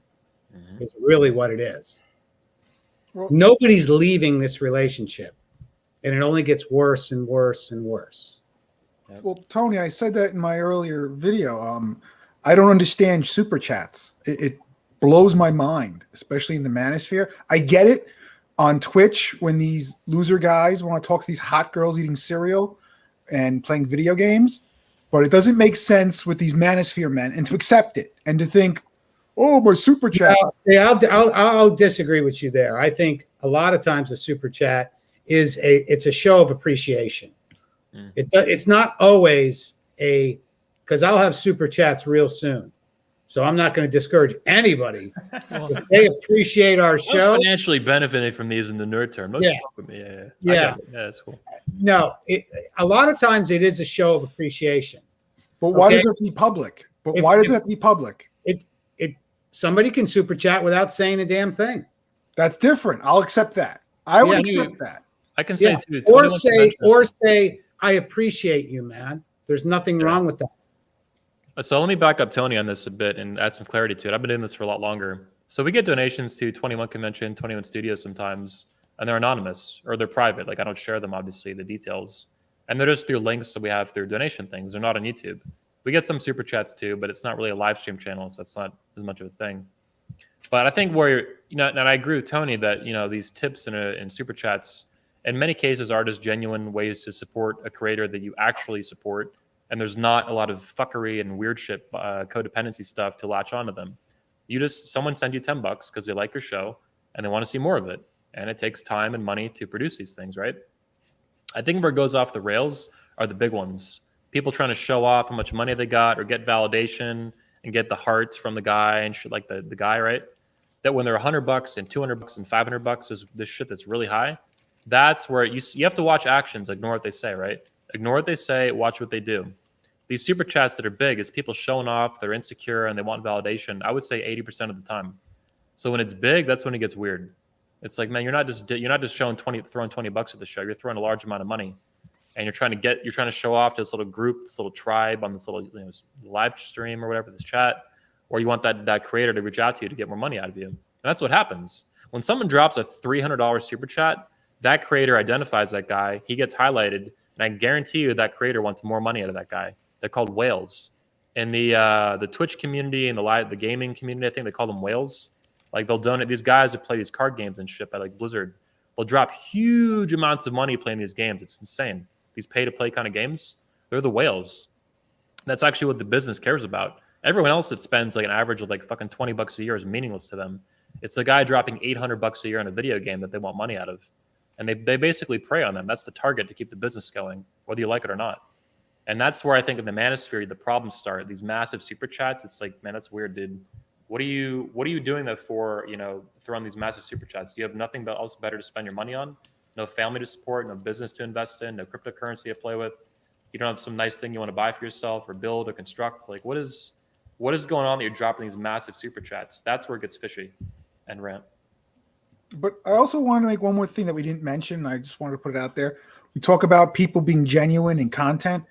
I like transparency. I don't care if the guy's asking for $800 or $8 or even nothing. If a guy's giving advice, well, it has to be monetary. If a guy's giving advice and making money on it, he needs to be genuine. He can't be a guy who's repeating out of a book and not living that lifestyle, who's not honest and genuine. That's my bigger problem. If the guy is like totally legit and he's super successful and, and he's charging $8, you see the value in it because he's transparent and he's true to his word. But, if a guy is just completely full of crap, doesn't live that lifestyle, for him to even charge $1 is a bigger crime than someone charging 50. Yeah, I think there's a fine line between transparency. I think that transparency is a good thing. I think transparency and authenticity kind of align. I think there's certain transparencies that nobody needs to give. Like, I'm not going to give you my address right now. Sorry, ain't going to happen. I'm not going to divulge, my ex-girlfriend's name or personal things about her. Okay. So I think there's a level of transparency that's important. I think authenticity shines through when somebody speaks. I think it shines through in your personality. It shows through just in the way that you present yourself. I think that's really important. But transparency, I think sometimes can be a bad thing. I don't think wait, I'm not done. Hold up. What I'm trying to say is I let things die that are in the past. I don't need to bring up past mistakes to validate myself to somebody else. And that's one thing that I agree on. I've learned from a mistake. Do I need to keep repeating that to be transparent? Hell no. I've created a new person, a better person. So I think there's a difference between transparency and being authentic. Well, authentic can be fake. There's these sociopaths, psychopaths, narcissists that can fake it. The thing about transparency is if you're preaching, don't get married, date 9s and 10s, then you need to show your receipts that you're following what you say. That I agree with. Yeah. That's all I'm saying. I'm not saying you should show your address. I'm saying if you're going to say to someone, you shouldn't move in you shouldn't cohabitate, you shouldn't date single moms, then you should be able to tell people, I'm not married. I'm not adopting someone's niece. My ex-girlfriend's older than me and she has a stripper name because her real name is boring.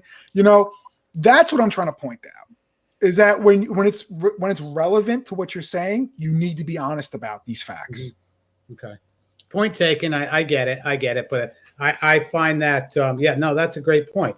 I get that. Because if Rolo was honest about the fraud father was honest about his marriage and her age, it would change a lot of people's perception.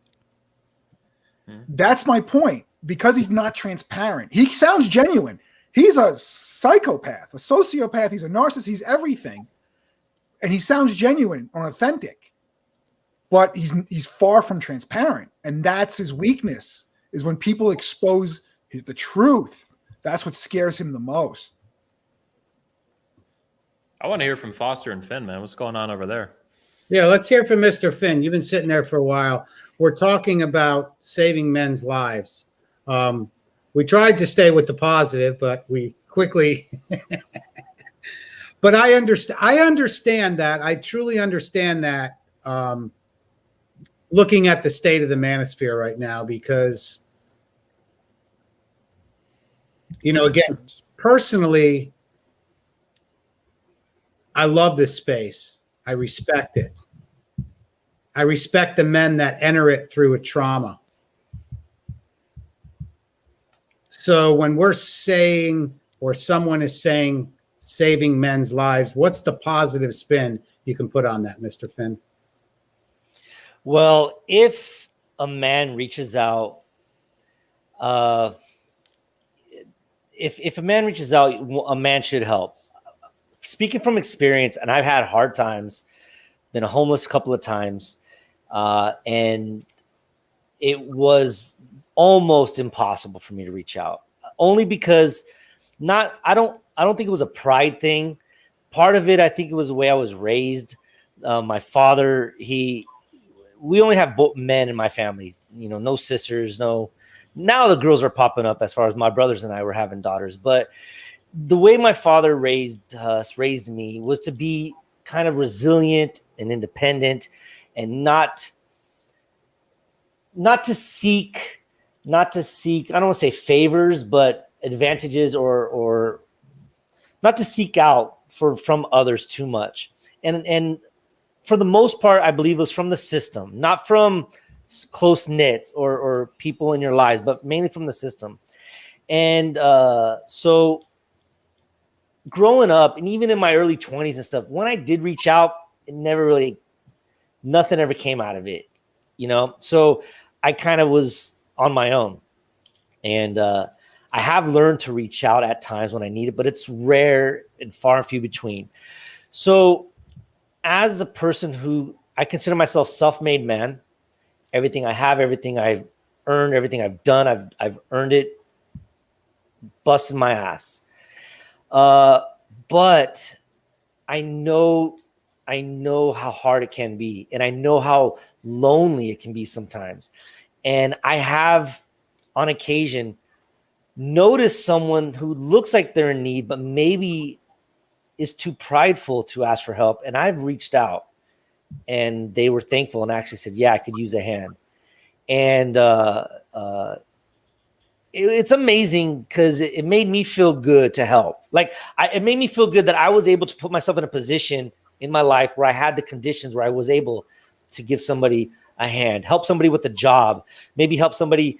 I think a friend of mine one time was, when I asked him, because you can get that vibe sometimes, especially if you know the person. And he couldn't pay, I think it was like his electric bill or something. And he was all worried. And I took care of it. And he was like, oh, I promise I'll get it back to you. I was like, don't worry about it. I mean, because whenever I've helped someone, because I don't like to do it too much financially, because sometimes they'll take advantage of it.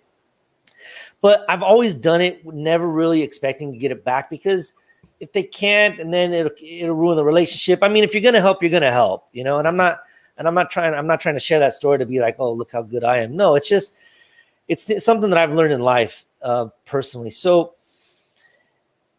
there's a huge attack, these last few decades, and it's just getting harder on men in this world. I love Tony Johnson's hats. I love that one, 100% toxic mess. That's just awesome stuff, because it's great. And I love just how you carry it and wear it with pride.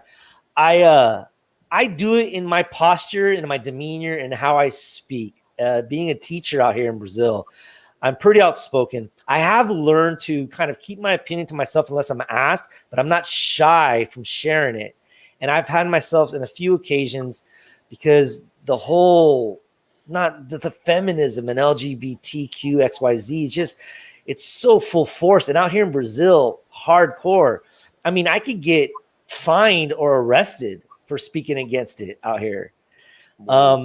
Yeah, you got signs everywhere. You can't no discrimination. I think I mentioned this before, no discrimination against sexual preference or whatever. And I've made comments before like, oh, but that's okay to have discrimination against handicapped. I mean, there's no other signs that says, no, you can't discriminate this or that, no discrimination against race, but they purposely have these signs all over the place, schools, shops. Let's get back to the subject, though. Yeah, sorry, yeah. All right, saving a man's life. So, men's lives. But so we have to be, those of us who are in position to do so should be willing and able to do so when the opportunity arises. And if someone doesn't ask, and if you can see it, like if you can identify maybe someone close to you, ask them. And don't ask them if they need help. Ask them, hey, is everything going on? I mean, is everything all right? Is everything okay with you? To go have a coffee. And maybe they just need someone to reach out to, just even talk to, because sometimes I think men, maybe it's pride, ego, but I think just it's hard to even get it out what they're dealing with. I think what you've done, Tony, with your Thursday nights and Saturday nights is a really good thing to give an opportunity for people to come and talk and get it out. Because I don't think it's easy for many people to do. So for us men who can and are in a position to help, I think it should be a duty to do so, especially if you want to help. So then help. It's as simple as that. And okay, and rant. I have No, a I quick like comment to piggyback on that, and I'll shut the hell up for a while. All right. We're talking about men reaching out, asking for help, and how it's difficult and all that. And I agree. There's some, and this is not the first time this has been discussed in history. Obviously, I'm sure we're the 10 millionth times we discussed this since the dawn of our species. But my point is, I think one of the core reasons men have a tough time reaching out for help is that it indicates, and you have to admit to yourself, you're lacking some element or virtue of masculinity to deal with a particular challenge. It means you're lacking the competence to tackle a problem successfully. It means you're lacking the strength, even physically or otherwise, to deal with some challenge in front of you. So you have to admit that to yourself and ask another man or group of men for help. This is basic. It's not bad to ask for help, but it means you have to have the humility to say, I'm not so super masculine or super competent or super courageous or super strong to deal with something. You have to admit that to yourself to ask the question.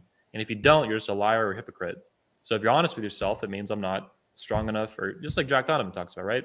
Strength, courage, mastery, and honor. It means you lack one or multiple of those enough to actually solve something, and you want to do it. So you need help. You have to ask for help. That could be, pulling back from the brink of suicide, or moving a sofa up your house or something like that. End rant. I'd love to hear what Michael Foster has to say, by the way. Yeah, go ahead, Michael Foster. Remind me the question.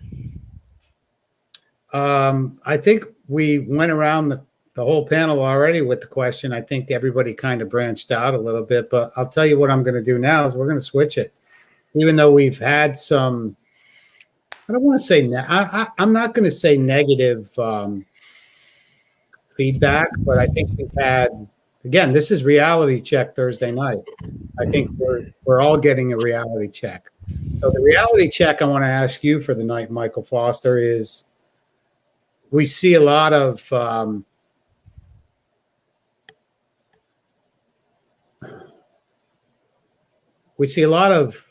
how do I word this? A lot of content creators saying, I'm doing the right thing. I'm doing it for the man. I'm doing it to save lives. I'm doing it to be that bright light in a dark, dark world.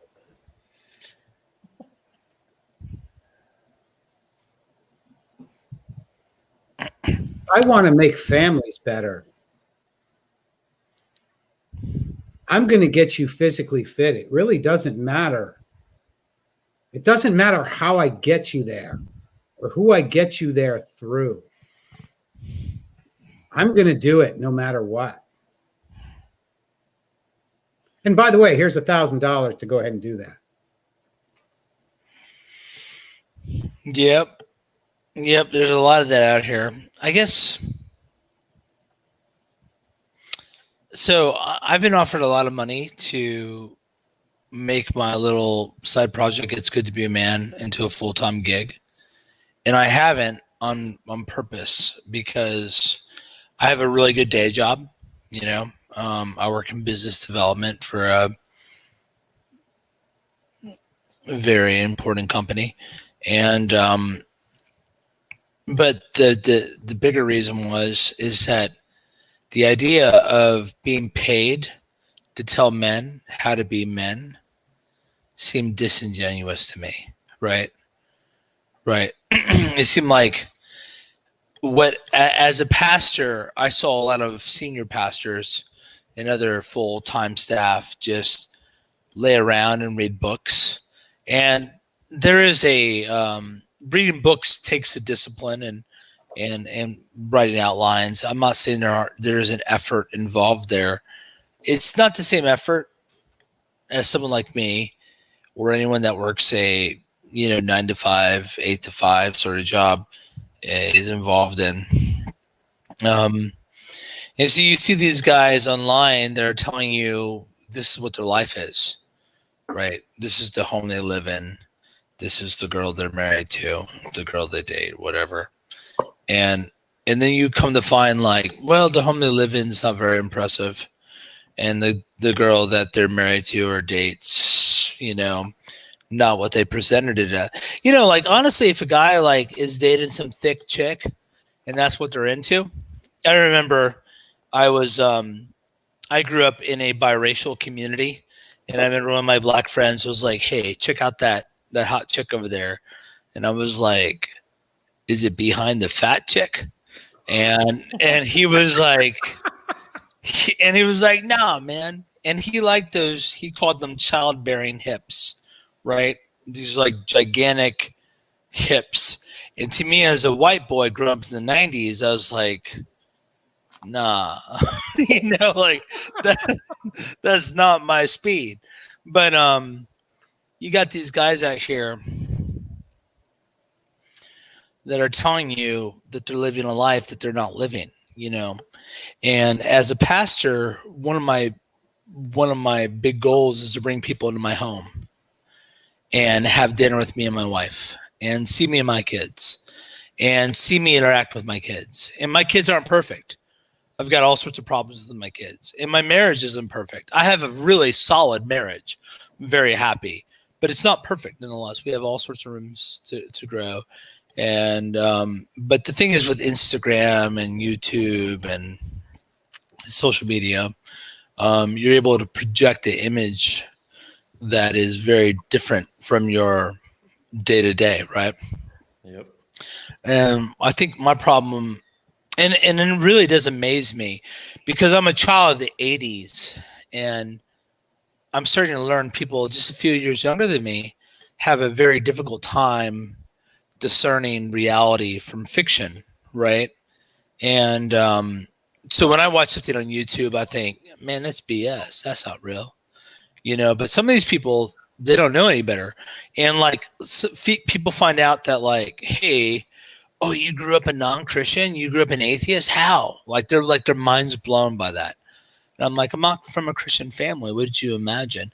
And they imagine I grew up like in this perfect Christian family or something. I'm like, no, I'm not. And it's amazing to me what people project onto you, right? They want a hero. They want someone perfect. They want someone without flaws. They want someone that nails it. And if you're willing to play that role for them, they're willing to pay money to get access to your course or to your premium content or whatever it is. But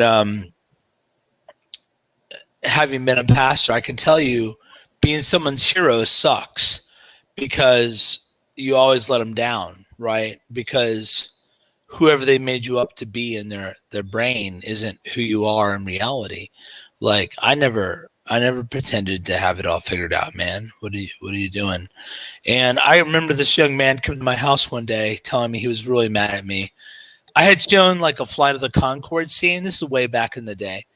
And it was just a bunch of men. I can't remember what scene it was. I think it was the scene where he's singing about how this girl is the hottest woman in the room if she was a part-time model or something. It's like a really funny scene.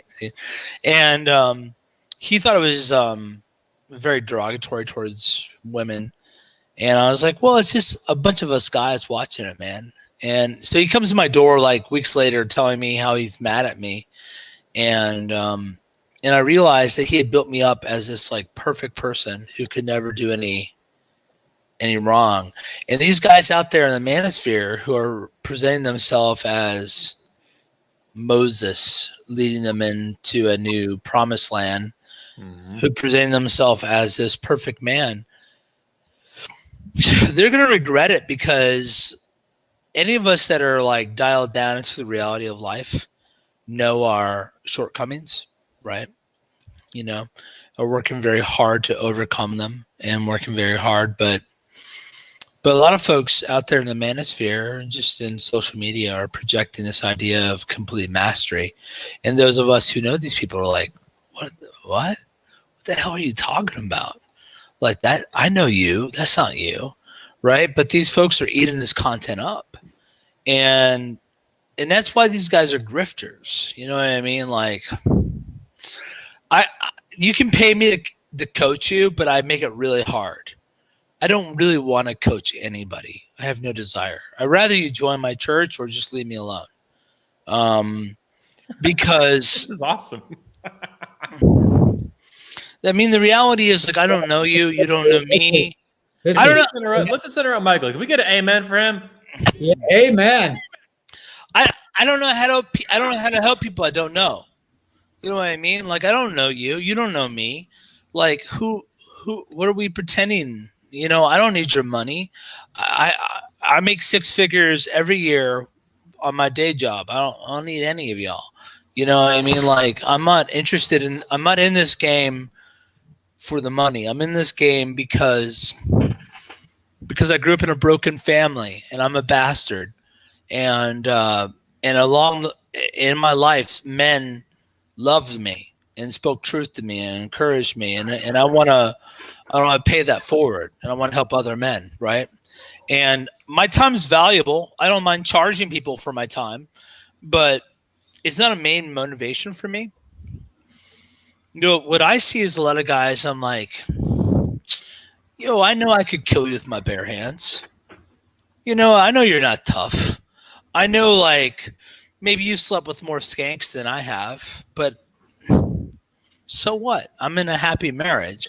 Like, I watch these guys in the manosphere and I'm not really that impressed. Every once in a while I am. There's some people that are pretty impressive. I think that bulldog mindset guy, I think that dude's impressive. You know what I mean? Like, I met him in person. There's people I see, I'm like, this guy's legit. I respect that. But most of it is just projection and fraudery. And I think that's the thing. Like, we have a lot of young men who grew up who can't tell the difference between show and reality. And there is a certain responsibility that falls to those of us who can tell the difference and say, like that dude's really good at, like, regurgitating things he read on, like, a forum years ago. But in terms of, like, actual mastery, like, like, look at his life. Look at his life, right? You know what I mean? Like, what you want, here's your ultimate receipt. Here's your ultimate receipts. It's not screenshots. It's your life, right? What's your marriage like? What are your kids like? What's your health like? What's your vocation like? That's your receipts. Screw the screenshots, right? Screw this gotcha. You want to know who's for real? Show me your wife. Show me your kids, right? Like, all you playboys out there with your notch counts, I will destroy all of you. I've destroyed all of you. I've got 7 kids, right? I am the future. Like, I am raising up the next. I will, you know what I mean? Like, show me your receipts, right? Like your notch count doesn't mean anything. Like, what's your legacy? What are you paying forward? What are you doing? And that's the reality. Like, men are builders. We build things. That's what we do. We take down enemies, we destroy our enemies, and then we build something. Like, that's what I want to say for men. What are you building? You tell me about how you got divorced, raped, and you have my heart. I'm with you, man. I'm with you. Like, I sympathize. It's an unjust system, but what are you building? What do you have to show for it, right? All you have to show is your trauma. You want to talk about your trauma all the time? That's what you have to show for your life? That's your identity, is your trauma? Like, what are you doing in this world? And I think that's what I'm looking for in men. And even men that I disagree with, that have different worldviews than me, that don't believe in Christianity as I do, if they're actually building something positive, building something up, it's hard not to respect those men, right? You say, like, well, at least you've overcome. You're doing something. We might differ on this or that, but at least you're making something. And that's what I would say to anyone in the manosphere right now. Like, what have you built? What have you accomplished? What sort of positive thing are you adding to the world? And if you're not, man, shut up. Shut up. You're a fraud. But wait, Michael Foster, I've got a beard and I'm smoking a pipe. That Look- means you're wise. That means you're wise. And he's got the glasses on too. Yeah, and I've got glasses. And he's got a course for $1,400. Mm-hmm. Checkmate. Can't hear you, Tony. Hey, Dream Johnson, can't hear you, man. Can't hear you. No, Yeah, we lost Anthony. You I must- can't hear you. Can't hear you, Anthony. But I want to add with what Michael said. Michael Foster said. There's a lot of truth to that. I think there's too many people, men, women alike. But it's shameful. I think, in my opinion, when it's men who seek pity, and they make their trauma their identity. That personally, that kind of disgusts me, and I don't even like to associate with that.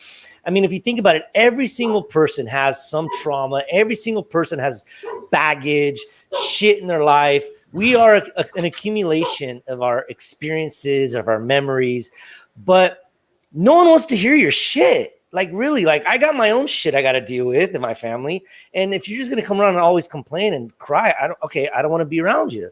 Now, if you're a friend of mine, you're having a hard time and you just don't want to share it, and I ask you, I said, hey, what's going on?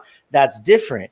But people who want attention and they want pity attention and they want to just put out their dirty laundry all the time, that drives me insane. I think I got a misinterpretation when people look at me like I got a perfect life. Well, because I walk around my head up, held high, chest out. I work hard. I got a smile on my face. I do my best to be positive and happy, even if I got shit going on, because at that moment, where I'm doing has nothing to do with the shit I got going on in my life. Airing out your dirty laundry or making your life or your identity about your traumas and your past traumas is a bad way to go. So I like that, because I remember when I had first met Primal Man, he had quoted me on his Instagram. And it was something I said on the show, and I'll never forget this because it's one of the first times I've been quoted. Do you remember what it was, man? Yeah, you said sometimes you just got to let things die. Yeah. You got to let them go. Mm-hmm. Living off your trauma, it's not a good way to live. Take the lesson, man. Take the L. Move on. It's not always a loss. Turn the negative into a positive. Yeah. But when you preach about your loss and your, how you've been screwed over, it gets redundant. It gets boring. It's not a sales pitch. Let me bring Anthony back on here. yeah, it's not a loss if you've learned something from it. I Yeah. mean, we got to learn from those things and move on. Exactly. Yeah. I mean, a guy who's gone through a breakup or a divorce, yeah, I get it. It takes some time. I'll say the guy who's gone through a divorce and you have a kid, you have a reminder every day of that divorce. You have a reminder every day. But how about turn it into something positive? Say, look at the life that I brought into this world. Not that bitch, this. How about I'm going to take care of this life. I'm going to give this kid the best dad he's ever had. Mm-hmm. Stop going backwards, go forwards, move forward. Let things go. I have a great ability to block things out, let things just Damn. disappear. We just saw some receipts on screen. Did y'all see that? Yeah. Damn. Full on receipts by Michael Foster. Damn. Notch count about to go up. Yep. So let's, guys, when you, move past things. Like I said, it was kind of cool for me to be quoted because it was something I believe in my heart. I have a saying on my Gab and my Twitter, and it says, no one will hold space in my head. I will nothing you. And what that means is you're not going to control me. You're not going to do it. Do I care about people? Absolutely. Do I care if I hurt someone? Without a doubt. Will I want to make amends with that person? Yes. Will I continue to ask myself questions and answer them? Probably. But yeah, I mean, you know, I think living in the past is just such a bad thing. Such a bad thing. I I want think to we, piggyback on when you're done. That's something Foster said. yeah. So no, I'm done. Go ahead. Go for it. Okay. So sorry, I lost track of the conversation too, and I was out for a second. But I did want to say that one of the things I respect most about Michael Foster and men like him, like Tanner Guzzi, is that they act with a really serious intensity and strength for their values. Michael knows what his values are, he knows what he believes, and he acts in accordance to them to a really high degree. And we can call that authenticity, congruency, masculinity, strength, whatever. However you want to describe it, and there's multiple ways to do it. It's the intensity and the pursuit of those values, like he's talking about with his wife and his family and his relationship and his kids. He's gonna have more kids and squeeze his wife till she's a prune or something, the juice thing, right? That's awesome. I love seeing that. I have similar values, not the exact same, and we have some major philosophic agreements, but I have a very massive respect for men like him and Tanner Guzzi that live that life. But you also have guys like Jack Donovan too, right? I love Jack Donovan. He's fucking savage. He lives his life in accordance to his values, and he doesn't have any kids, and he may not have any kids. He might have one, maybe he said like a happy accident or something. Who knows, right? That's his life for him to figure out. What I respect about Jack is the same as what I respect about Michael Foster in context. It's that he lives in accordance to his values, I believe, fully and very strongly. Not perfectly. None of us are perfect, of course. It's living in accordance to your values in a way that doesn't harm other people, that doesn't defraud them, doesn't violate their rights. I'm an objectivist, you know? The reason I hate these frauds and these scammers and shit, I've described it here a little bit here throughout the show. In objectivism, faking reality and lying is like a cardinal sin. The whole point of objectivism is living in accordance to reality, adhering to reality to the best of your ability with honesty and integrity to it. That's it. If you fake reality without a damn good reason to defend yourself, save your life, defend your country, whatever the context is, without an extreme circumstance to lie for a really good fucking reason, you're violating like the entire ethos of the philosophy. It's called objectivism. It's based on objective reality. That's why I hate frauds, and it also makes me respect men like Michael and Tanner and Jack Donovan and guys like even Cobra Tate, these players and stuff, right? They have massively different values than Michael Foster, but they live in accordance to them, right? Whether you respect it doesn't really matter to me. It's that he's living authentically to that value hierarchy. That's what I respect, and that is a deep element of masculinity that I think you would even find in Jack Donovan's work. Anyway. So Jack Donovan and I have very different moralities, to say the least, right? Mm-hmm. And anyone that's read his body of the work would know that. And I've benefited from The Way of Men in particular, right? I thought it was a very good book. And one of the highlights of the 21 convention for me was being able to sit out by the pool and talk to Jack Donovan and just get to know the man. And what I appreciated about Jack more than anything was how authentic he was and very honest he was.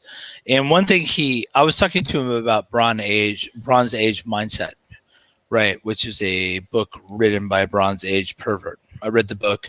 I thought the book was really fascinating to me as a Jewish convert to Christianity. It was just very different, right? And Jack said that he hadn't spent much time on it because the guy wrote underneath a pseudonym, and the Manospheres had a lot of pseudonyms come through. These are guys who are really talented copywriters, right? In terms of their ability to produce content like blog posts or email newsletters, they are talented, but then you meet them in person and they're significantly different than what they project. And what I took away from I had about an hour-long conversation with Jack out by the pool with a couple of the guys from the 21 convention. What I took away from Jack was that he was on a quest to understand authentic masculinity. And I think for him, the thing that matters most is that a man is real, right? And he's like, what does it mean to be the best man you can be, right? You know what I mean? More or less. And that's a real problem with the Manosphere is a lot of guys are very talented writers and content creators, but in terms of their practical mastery, their ability to actually get a woman to master the vocation, to rise above and create a legacy, it's pretty unimpressive, right? They're just really good at writing, and it was very helpful to me to have that conversation with Jack Donovan. You know, here I am. I'm a Presbyterian pastor. Jack Donovan, if you read his book Anderfile, right? You know where Jack falls. Very different, right? But I can respect deeply his quest for honesty and realness, and that is a real problem in the Manosphere, is that we have guys out there willing to pay for a lie. And that's the thing, like, guys, like, what I would tell you is that a lot of the things that it takes to be a man are simple but not easy. Anyone that's telling you these things are complicated and require like multiple books and whatever is just, it's BS. It doesn't. Right? What it takes to be a man, there, like, most of these things can be written down on a single page, but it's the actual execution of these things that are really difficult, very challenging, right? We're also And combating forces that are trying to destroy these things. So I think that's where some of the work legitimately comes from, is trying to combat forces that are trying to destroy them aggressively. absolutely, I agree. And what I would just say is that beware of frauds that are really good. Like, you see these guys on Twitter. I'm pretty active on Twitter, where it's very clear that these guys are just pros at reappropriating existing content, right? They're really good at it. And then you watch, eventually these guys do live streams and they do conferences or whatever, and you're like, Yeah. that's the dude, that's the guy, right? Michael, I'd like to put you on the spot if you don't mind. I don't care, go for it. How did I match up in person compared to the online interpretation or persona that you saw? What was the reality there for you? So the way I got into the Manosphere is very unlike most people. Like, I have a very solid marriage and I'm very happy, and I haven't been divorced, raped, or anything like that. What I was trying to understand is how could I help young men in their 20s and 30s, right? Like, as a pastor, I wanted to be able to give them advice that was congruent to the reality that they're in, right? And so I ended up listening to pickup artists and Jordan Peterson and male activists or whatever, like Strawn or whoever they were, right? And so I listened to many hours of the Red Men Group, and I'm very familiar with the content. And so honestly, you know, I don't need anything. I don't get paid money to come down to 21. You cover my expenses when I speak, and I don't need you at all. So I think anyone listening should hear that. Like, I have all sorts of outlets. I go down there because it's a unique opportunity to speak to men that not very many people get. And frankly, so far, who you were on your podcast and who you were in person, the only difference I would say is that you're a little bit warmer in person, right? like I mean, like, you're a little warmer in person, I think, than a lot of people would imagine you were. But you know, I just think, guys, like, the more someone's showing you tens as women, right? The more they're showing you these amazing homes they live in, the more suspicious you should be. I'm not saying they can't have it. I'm not saying it's not real. I don't know in many cases, right? But I've been around. I mean, I'm top 10 card counter of all time. Like, you know, like, I'm I'm one of the best card counters there's ever lived in the world. There was a movie made about me. I've played with people that I've lost and made $100,000s of dollars in hours in Vegas. I'm not junior league here. I'm the best card counter you've ever talked to, right? I've been around and I've seen a lot of powerful people, and I spent a lot of time with them.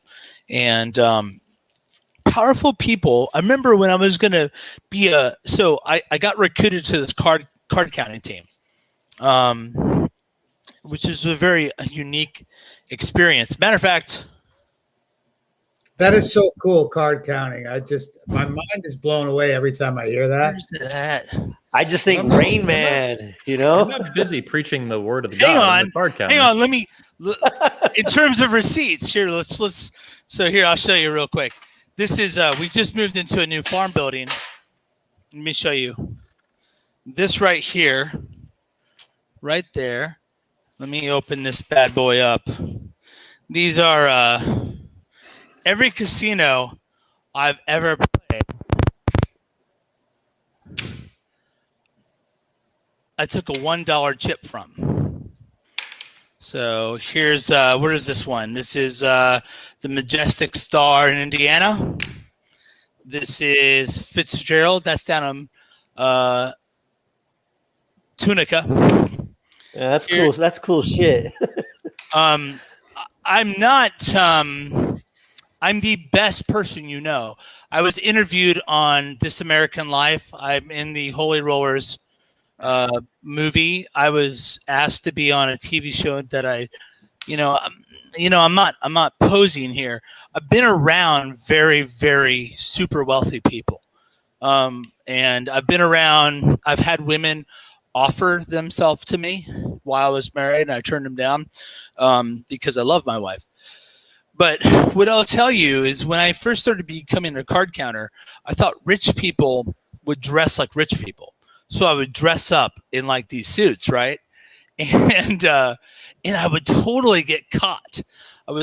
They would like, and then what I started to realize is that rich people this was 2007, they would walk around in khaki shorts and a t-shirt. Rich people were super at ease. And when rich people lost money, they would act a particular way. And I had to start to embody that because as a card counter, I'm playing with investors' money, and I have to look the role. But when I watch people in the Manosphere, I'm like, you know what? I know multimillionaires, right? I don't know a couple. I know 20 or 30. I know more than they all do, right? I've been there. I've done this. I've got the receipts. I've been in movies, man, right? What do I got to do to prove this? Rich people don't act the way these folks do. People with access to beautiful women don't act that way. They're chill. They don't everyone that projects that all the time is a fraud, right? They're trying to sell you something. So the more someone's projecting something, the harder they're coming on about something, the more you should get suspicious. And that's what I've seen is guys that are at ease. That's let's go back to Jack Donovan for a second. Jack's got kind of an intense persona on stage, but in person, Jack, what impressed me is how accessible he was. You know what I mean?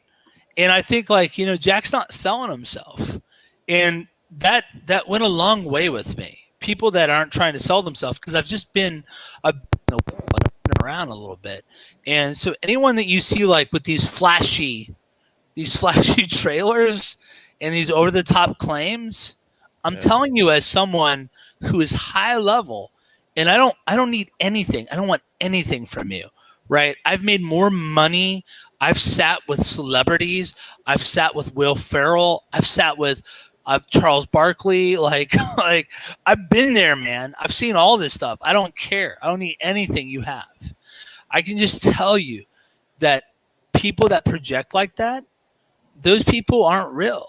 Those people are fakes. You know what I mean? And the Manosphere is full of them. And so just beware, the over the top projections, the over the top offers is evidence of their fraudulent behavior, because the men I've met that are the legit, they don't do that stuff at all. Like, look, I know top of the line mixed martial artists. Like I've sat in the hot tub with them out in Vegas, right? And those guys aren't like that at all. Those dudes are chill. You know what I mean? These guys that are like always selling themselves and always like positioning themselves against some boogeyman, right? Those guys are after your wallet, man. Like the real experts, they don't have to do that stuff. Yeah, because they have nothing to prove. You know, that's the interesting thing. I'm very fortunate here. I teach some of the wealthiest people in the city where I live in, the capital city of the state I'm at, like owners of hospitals, top surgeons and stuff. And what Michael Fosh is saying is exactly right. I mean, they're loaded and they're cool. They dress normally and they don't show off. And the ones who aren't, who make a little, they dress to show off and they want to say, look at me. So it's really interesting how he put that, because that's how I've seen it as well. Finn, I was really hoping when Michael said he had receipts, he would actually open a book of women, but I was actually more disappointed to see the chips. But I have a question for you guys. And even though you guys dropped more names in the NFL draft, I have a question for you guys. Now, oh, geez. Okay. So this is happening. I got to bounce in a minute too, guys. This is Yeah, about we're going to shut down here shortly anyway. This is like Thursday night church for me, man. This is great. Yeah.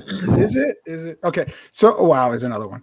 Okay. So I have a question. Let me throw a grenade in the room to the religious guys. You guys spoke about you want to see receipts as in, oh, geez, he's still doing it.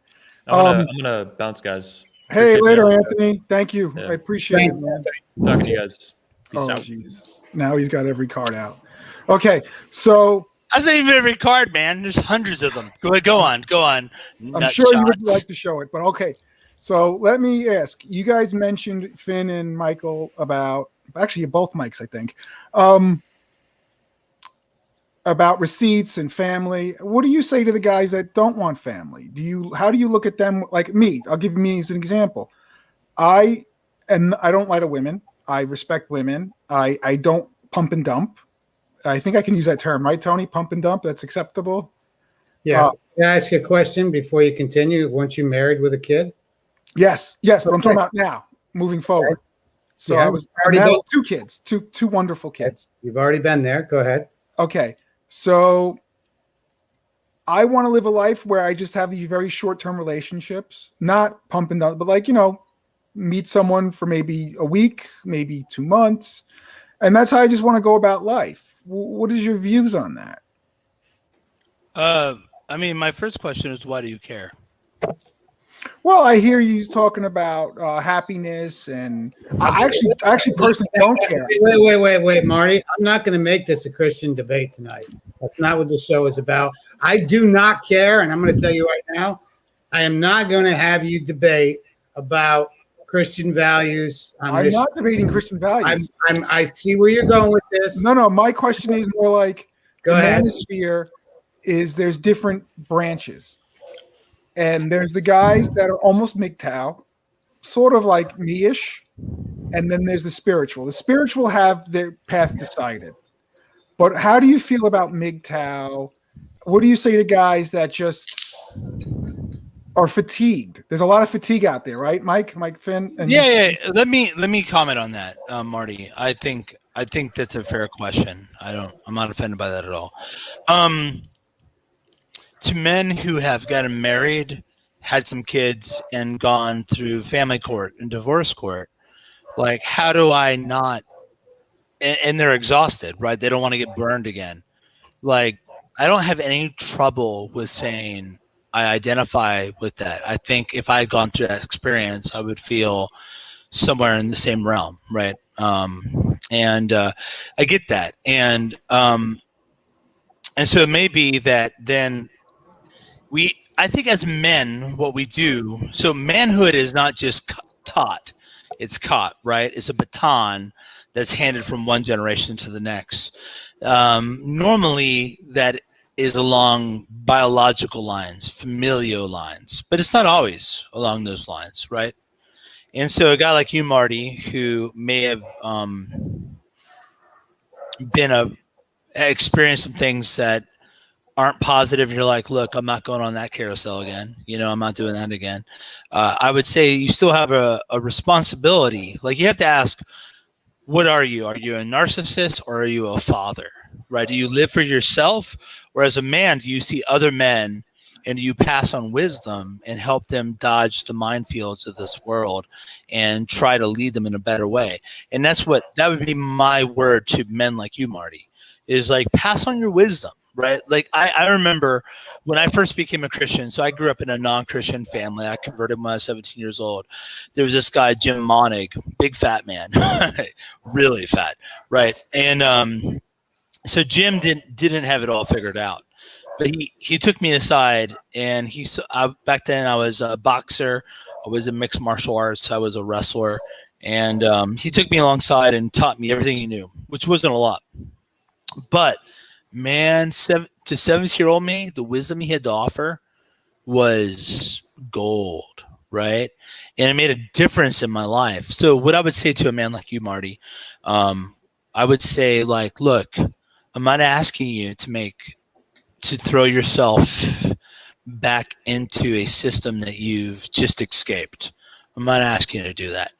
I am asking you to learn from your mistakes, and without being black-pilled, in the sense that like where there's just a sort of overwhelming negativity, to pass on and help other young men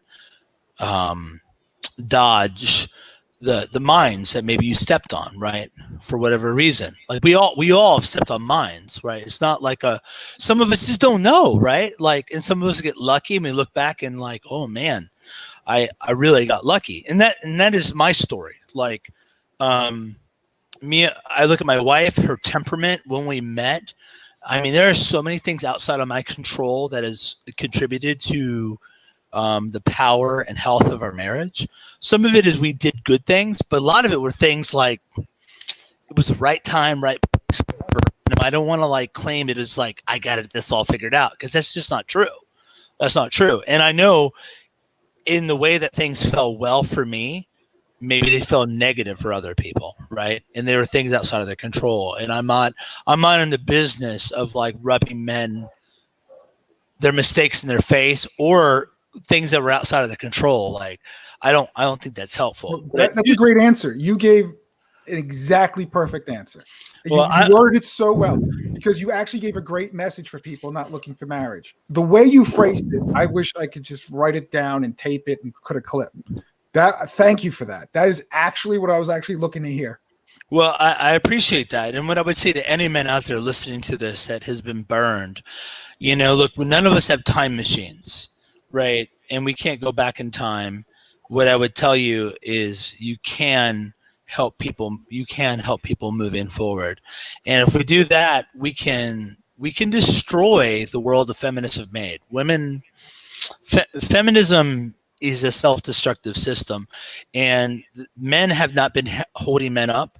And even guys who've made major mistakes or have been in the churn of our terrible legal system, they can help destroy this evil system that we've all been part of just by simply passing on some simple facts. I'm very thankful for the older men in my life who have helped me. What my biggest advantage isn't my intellect or anything like that, is that I've been privileged to have good brothers and fathers who've helped me along the way. And I would say men like you, Marty, like invest in young men, build them up and push them into the forward. That would be my exhortation to a man like you. That's great advice. You mentioned things I didn't think about. That's exactly, you say it wasn't spiritual, Tony. He actually, he hit it on the head. I understand that. It's funny because Stefan Molyneux had said the same thing. He had talked about a man that doesn't have kids, or a man that's not going to basically be in that relationship. In other words, do something that you're going to leave a legacy, do something that you're going to leave behind that's going to make a mark in this world. And I think that's really basically what you said also. And I think that's important. I think that's important as all men. I mean, that's, one of the reasons why I'm here on Thursdays and Saturday nights is because, long after I'm gone, these these YouTube videos hopefully will still be here, and somebody can come back and check them out and leave something good in the world, you know. And you know, I do believe in positivity. I'm very big on lifting men up. I'm lifting women up. You know, I'm not under the AWOL. All women are like that.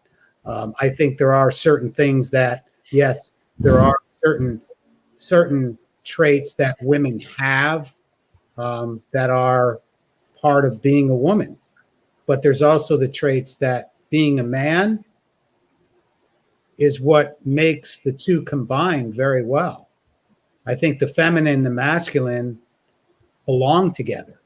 I think it's important as men that we understand that. Not only do we want to lift up men, but I think it's also time to lift up women. The family. Yeah, lift up the family. I think the family, I am such a big proponent, we'll call it, of family. Me too. Even though I don't have a family, I'm stoked for every person that has a family.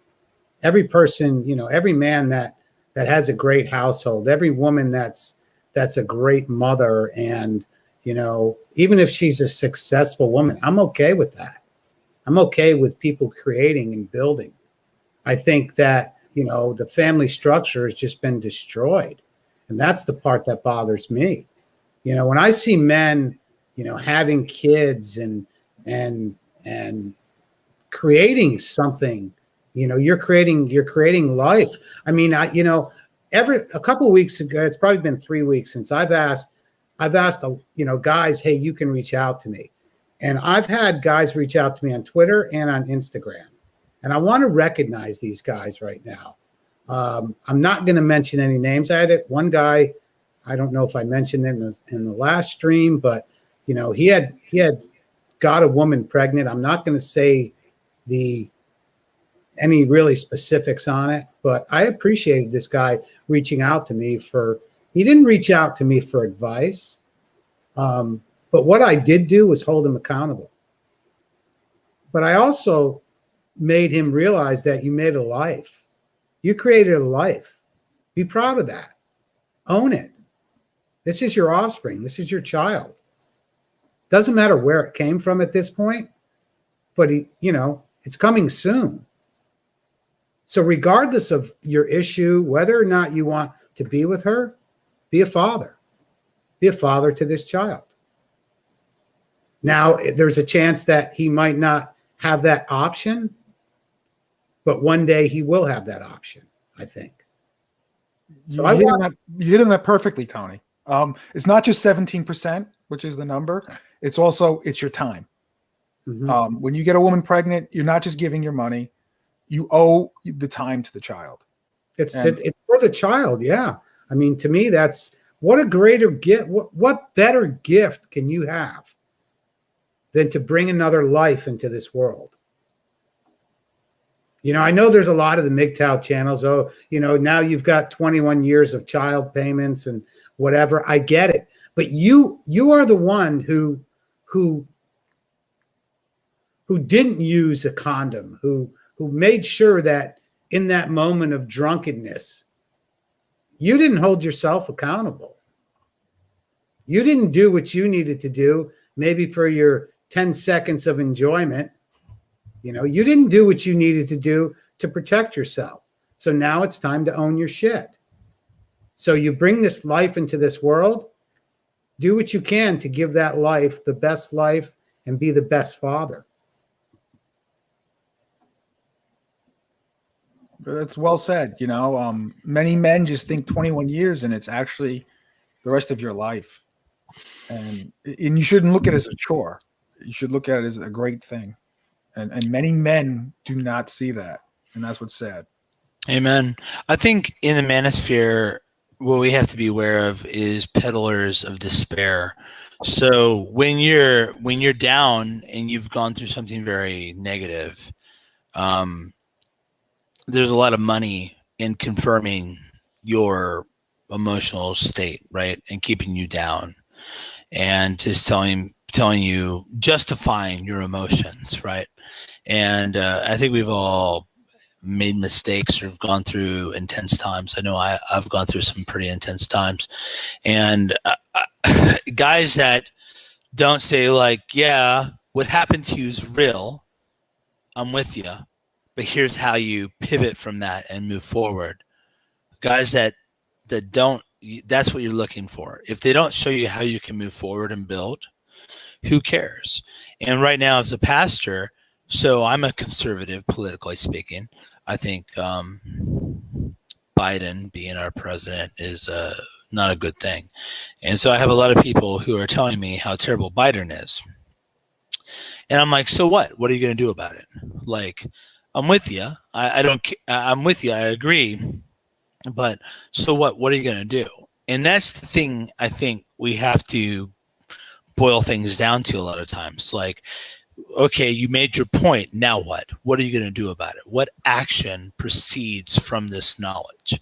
And if no action comes from it, and all of it is a justification to stay in the ash heap of society and mourn your victim status and whine, well, then clearly there's nothing positive about it. Right? That's not good.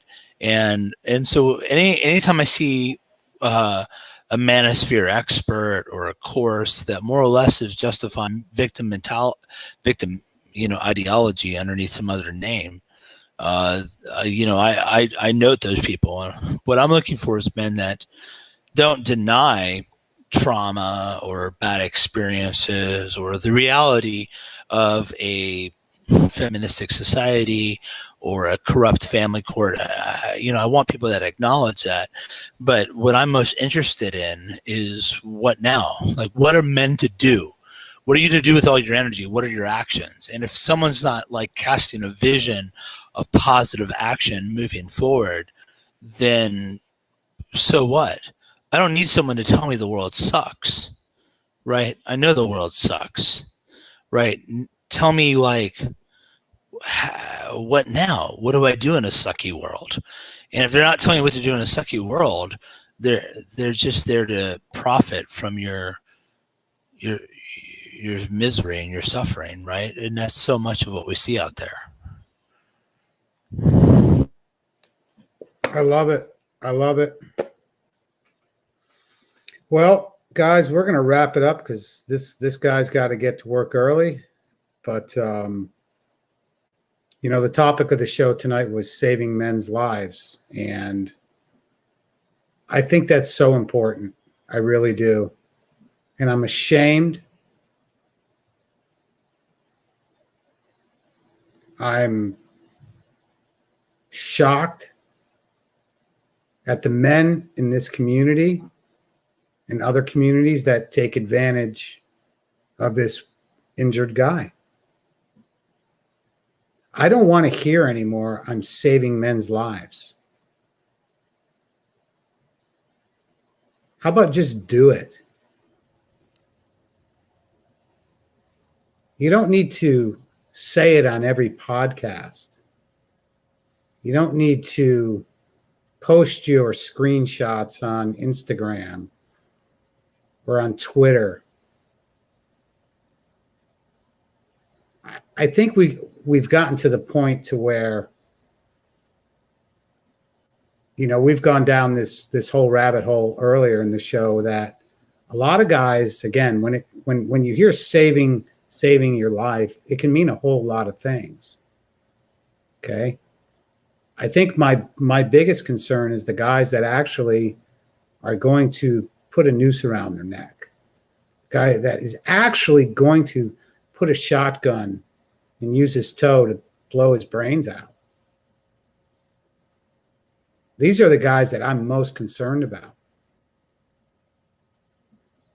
My question is to these content creators, would you still pick his pocket after he pulls the trigger?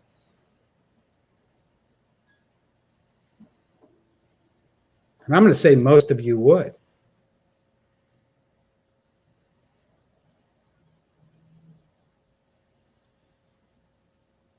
And that's the reality check of Thursday night. I'm ashamed. I'm disgusted.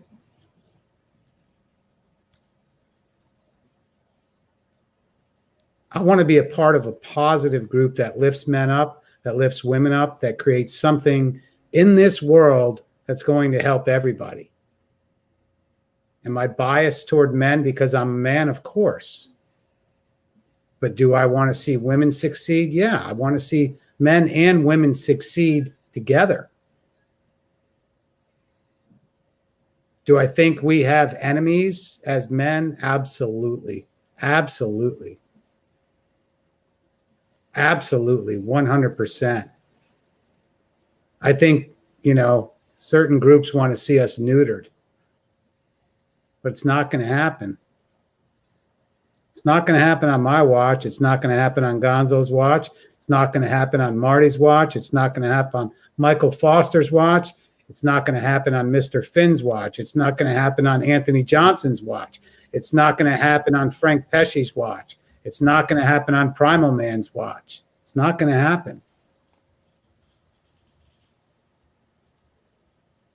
So my suggestion to guys is discernment. Discern. When you feel something is wrong, it's wrong. Throw your money at the people that you genuinely feel that have helped you. Do not throw money at somebody for validation. I think a good test is you throw money at somebody. Tell me how you feel a year down the road, 2 years down the road. Did it really make a change in your life? Or did it make you angry? And one more thing I'm going to say, confrontation as a man, can't we all just get along? Horse shit is bullshit. We've had disagreements here tonight. But the best thing is everybody on this panel will still text each other tomorrow. We'll still call each other tomorrow because we're men.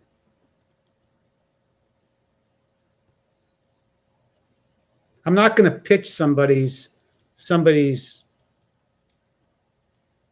whatever because I want to save a life.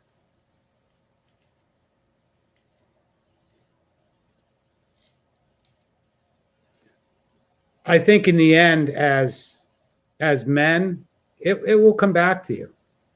My question to the guys that are your grifters, would you still do this if there wasn't a buck in it for you? I'm going to say no.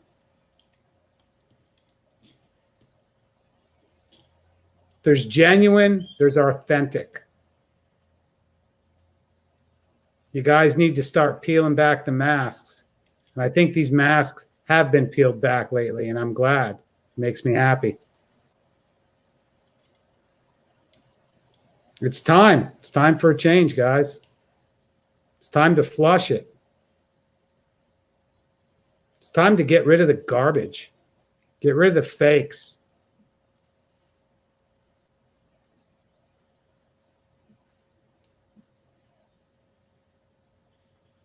If you really want to save a man's life,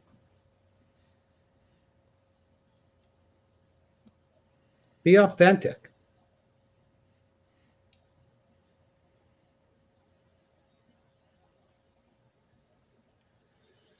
Any last words? We'll start with Gonzo. Be sure to buy the course. Yeah. I think we dropped the price tonight, right? Yeah. Yeah. I think it's like, I don't know, what was it per? It's like $250. Yeah. In fact, I changed the name instead of how to find a high value woman, how to save a man's life. Yeah. And it's funny you said that because you'll see podcasts where somebody is a little bit passionate like I am tonight about this. And then right at the end, there it is, man. There's the hook. There it is. There's the pitch. Yeah. Well, I think, and again, we've kind of touched on this before, but I think it's fine to have products. It's fine to be selling something. There's nothing wrong with making money in and of itself. But yeah, a lot of it is like this emotional thing. And one thing I wanted to point out too, we were talking about deception at the top of the show. And one thing that I've noticed is that a lot of the, a lot of these guys that you have to be weary of, I think, be vigilant about. I noticed that there's this trend of these guys saying the whole world is against me.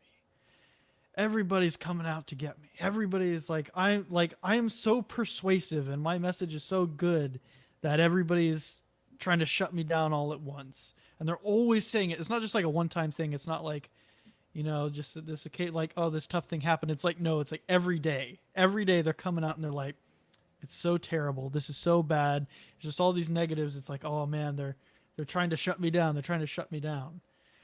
And so I think you have to be aware of that. I think that's a big telltale sign. People who act like the whole world is out to get them. And I get it. But then even you look at.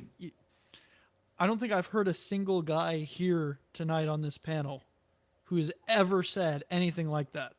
Ever. I mean, we've talked about how bad feminism is. We've talked about how bad the situation is for men, but nobody on this panel I've heard express any type of victimhood. And so, and that's not real leadership either. When you have that outlook, like everybody's out to get me. So, but yeah, just stay positive. Positive 100%. Marty, we'll go to you. Any last words? Yeah, my last words is I really liked today's show. I thought it was a little intense. There was some disagreements, which were great. I like Michael's the end, what Michael told me about people who have a different paths, but he did hit on it that especially older guys like me, we need to live by example and help. Learn from our mistakes and our scars and help our fellow man. And that really resonates. And Mike, don't blame me. I'm going to go back to this video later and copy what you said. But it was great. And I just want to say one last thing to everyone. Happy Easter. I know tomorrow's Good Friday. Don't eat meat. And enjoy. Thanks, Marty. Michael Foster, any last thoughts? Yeah, I grew up poor white trash. Broken family. My dad is an ex-con with an 8th grade education. My mom grew up in my grandfather died when she was 11 years old.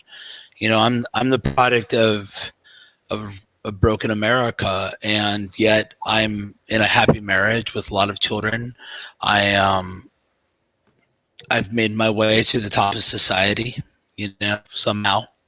I'm highly paid for what I do, and I've been a card counter. I've been in movies. I've been on radio shows, and I'm not an exceptional human, honestly. I would just tell any young guys out there, any guys hopeless, it's just hard work, and don't get down. Don't lose hope. I've been the recipient of a lot of mentorship that I didn't pay for. Men that just made time. Like, those are guys that are willing to give you wisdom that they're 20 years ahead of you. If you listen to it and act on it, you don't know how far you can go. And I look at my life, and it's a joke to me and my wife. We laugh about it all the time. The things that we've done. We've done insane things. Buying this farm is insane, right? Our church is like busting at the seams. That's insane. And I think a lot of guys want to tell you that you can't do great things, but I'll tell you right now, if you grew up the way I did, your problem isn't that you don't have enough ambition, is that you have too little, right? You can go much further than you ever think you could. Right. And being a Christian keeps me humble. I know my need for salvation through Jesus. I know I'm very familiar with my sins and shortcomings. And I'm very thankful for being born again. I'm going to celebrate the death of Christ tomorrow and the resurrection of Christ on Sunday. But I would tell any of you guys out there listening that you can go much further than you think you can. Don't believe the lies, man. Don't try to live out this YouTube BS. my life is superior to most of the YouTubers. I don't say that as a way of bragging. I say that because that's how fake they are. And you can have something real. And just go for it, man. Go for it. You don't know how far you can go. I can't believe how far I've went. It's just been by God's mercy. But I'm sure of people listening here, you can go even further than I did. And just know people like me are not special. I'm not special at all. No more special than you are. You can do it. So that'd be my word to any man on this day. I love it. We'll go to Mr. Finn. Any last words? Yeah, following Michael Foster is just no easy task, man. Great stuff, and I'd love to have that opportunity to meet him. And I just think what he gives is golden. It's golden, and learning about the past that he's had is just even more exceptional as far as being around and knowing what he's talking about. Okay, so yeah, look, life is tough. Life, I mean, and speaking from experience. I didn't grow up white trash, but bottom middle class. Parents split up young. On my 8th birthday, having responsibility thrusted on me as a kid. But one of the things that I got, my parents, they left each other, but they didn't leave us. And I grew up well, and there was the right people in my life. And I take that in my own life. What Michael had said to Marty is spot on. Those of us who have life experiences, us men who have life experiences, it's like an unspoken duty to share that with the next generation. Like Mike said, passing on that baton. It's necessary. It's one of the reasons why I stayed in Brazil after I left. I divorced my ex-wife. I was homeless, man. I had nothing, but I stayed in Brazil. One, because I didn't really have the money to move back to America, but two, I had noticed the impact that I was having on the kids and teenagers out here. Lots of kids and stuff out here and teenagers, they don't have a good male role model. And I agree with what Mike says. I'm no one exceptional or special. I know who I am. I know my values. I live by a code of values. I am a Bible believing Christian. To say what Marty said yesterday, I'm a practicing Christian, not a Catholic. I'm going to be eating meat tomorrow, and all I got to tell you is Romans 14, right? I eat meat every day. So anyways, so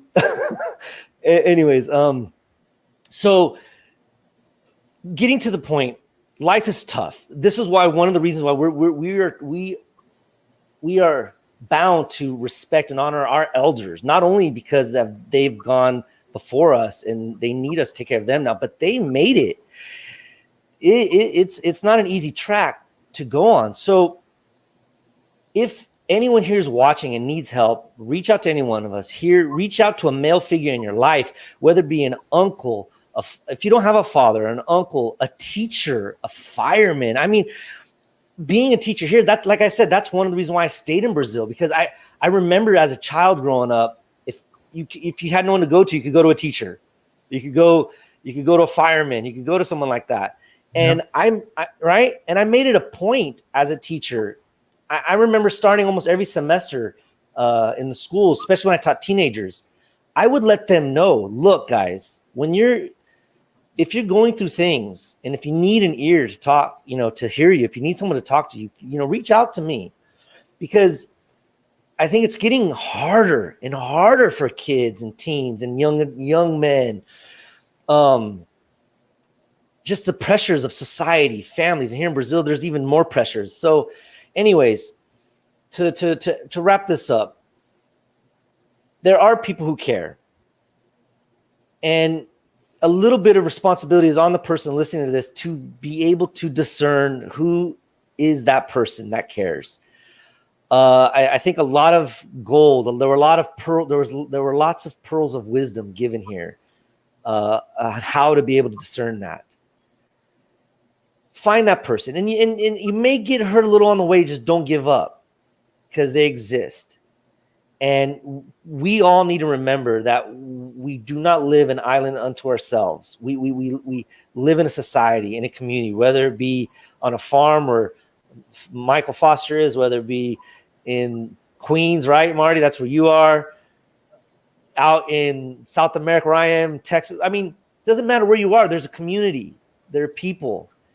And I guarantee you, if you need help, just keep your eyes open, keep your ears open, and just pay attention and be careful of the swindlers and the con artists and the ones trying to pitch a deal to you. And that's what I have to say. You know, there's always hope. I think that's a good human trait. There's always hope.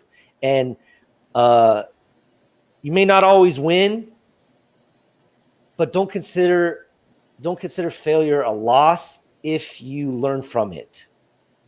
You can learn from mistakes. You can learn from pain. In fact, I think sometimes it's necessary to grow and mature. Just don't give up. Just don't give up. And if you and I've last thing I'll say, if anyone here is watching this, and if you are suicidal, and if you're having pain, reach out to me. I've talked. I'm not an expert. I'm not a psychologist. But if you need someone to talk to, I'll be willing to listen.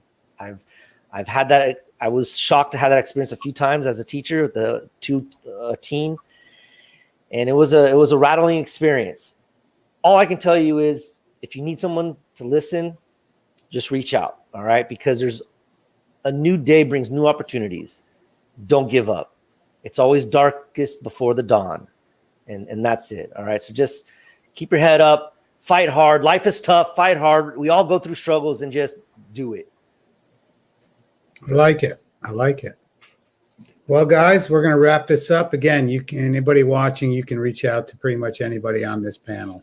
So I have descriptions for everybody. And I think you can follow Michael Foster on Twitter on This Is Foster, correct? This is Telegram. Yeah, Telegram. It's great. Love Also, it. Twitter, This Is Foster, correct? That is correct. This is Foster. If you go to my pinned tweet on Twitter, you can follow my Telegram, which I think my Telegram channel is like I Am Foster or something. No, this is Foster. Is it? Okay. Well, Yeah. There you go. I don't know. Go to my pinned tweet on Twitter. This is Foster. There you go. Yeah, I love it. Great stuff. But, follow everybody here. I do have descriptions of everybody who's been on the panel tonight I have links in the description of this video for everybody that's been on the panel. It's been a long stream, guys, and I do appreciate everybody that was in the chat. Matt, there's a whole bunch of you guys. I don't want you to think that I didn't see all your comments, and I do appreciate that. But like, subscribe, share, ring the bell. And I do want to say that this Saturday night we will be off. It's a holiday weekend, and I'm taking the weekend off. So we will pick back up on Thursday night reality check. That's next Thursday, possibly before then. I don't know. I will be bringing on some really good guests you guys will be excited about. And then a week from Saturday, we will have Saturday night, Get It Off Your Chest. Again, anybody wants to find me, talk to me, reach out to me. Instagram and Twitter, T21Surfer. That's my direct message. That's T21Surfer. T, the number 2, the number 1, and then Surfer. So appreciate all of you. Appreciate all the chat and all my panel guys. And we'll see you very soon. Cheers.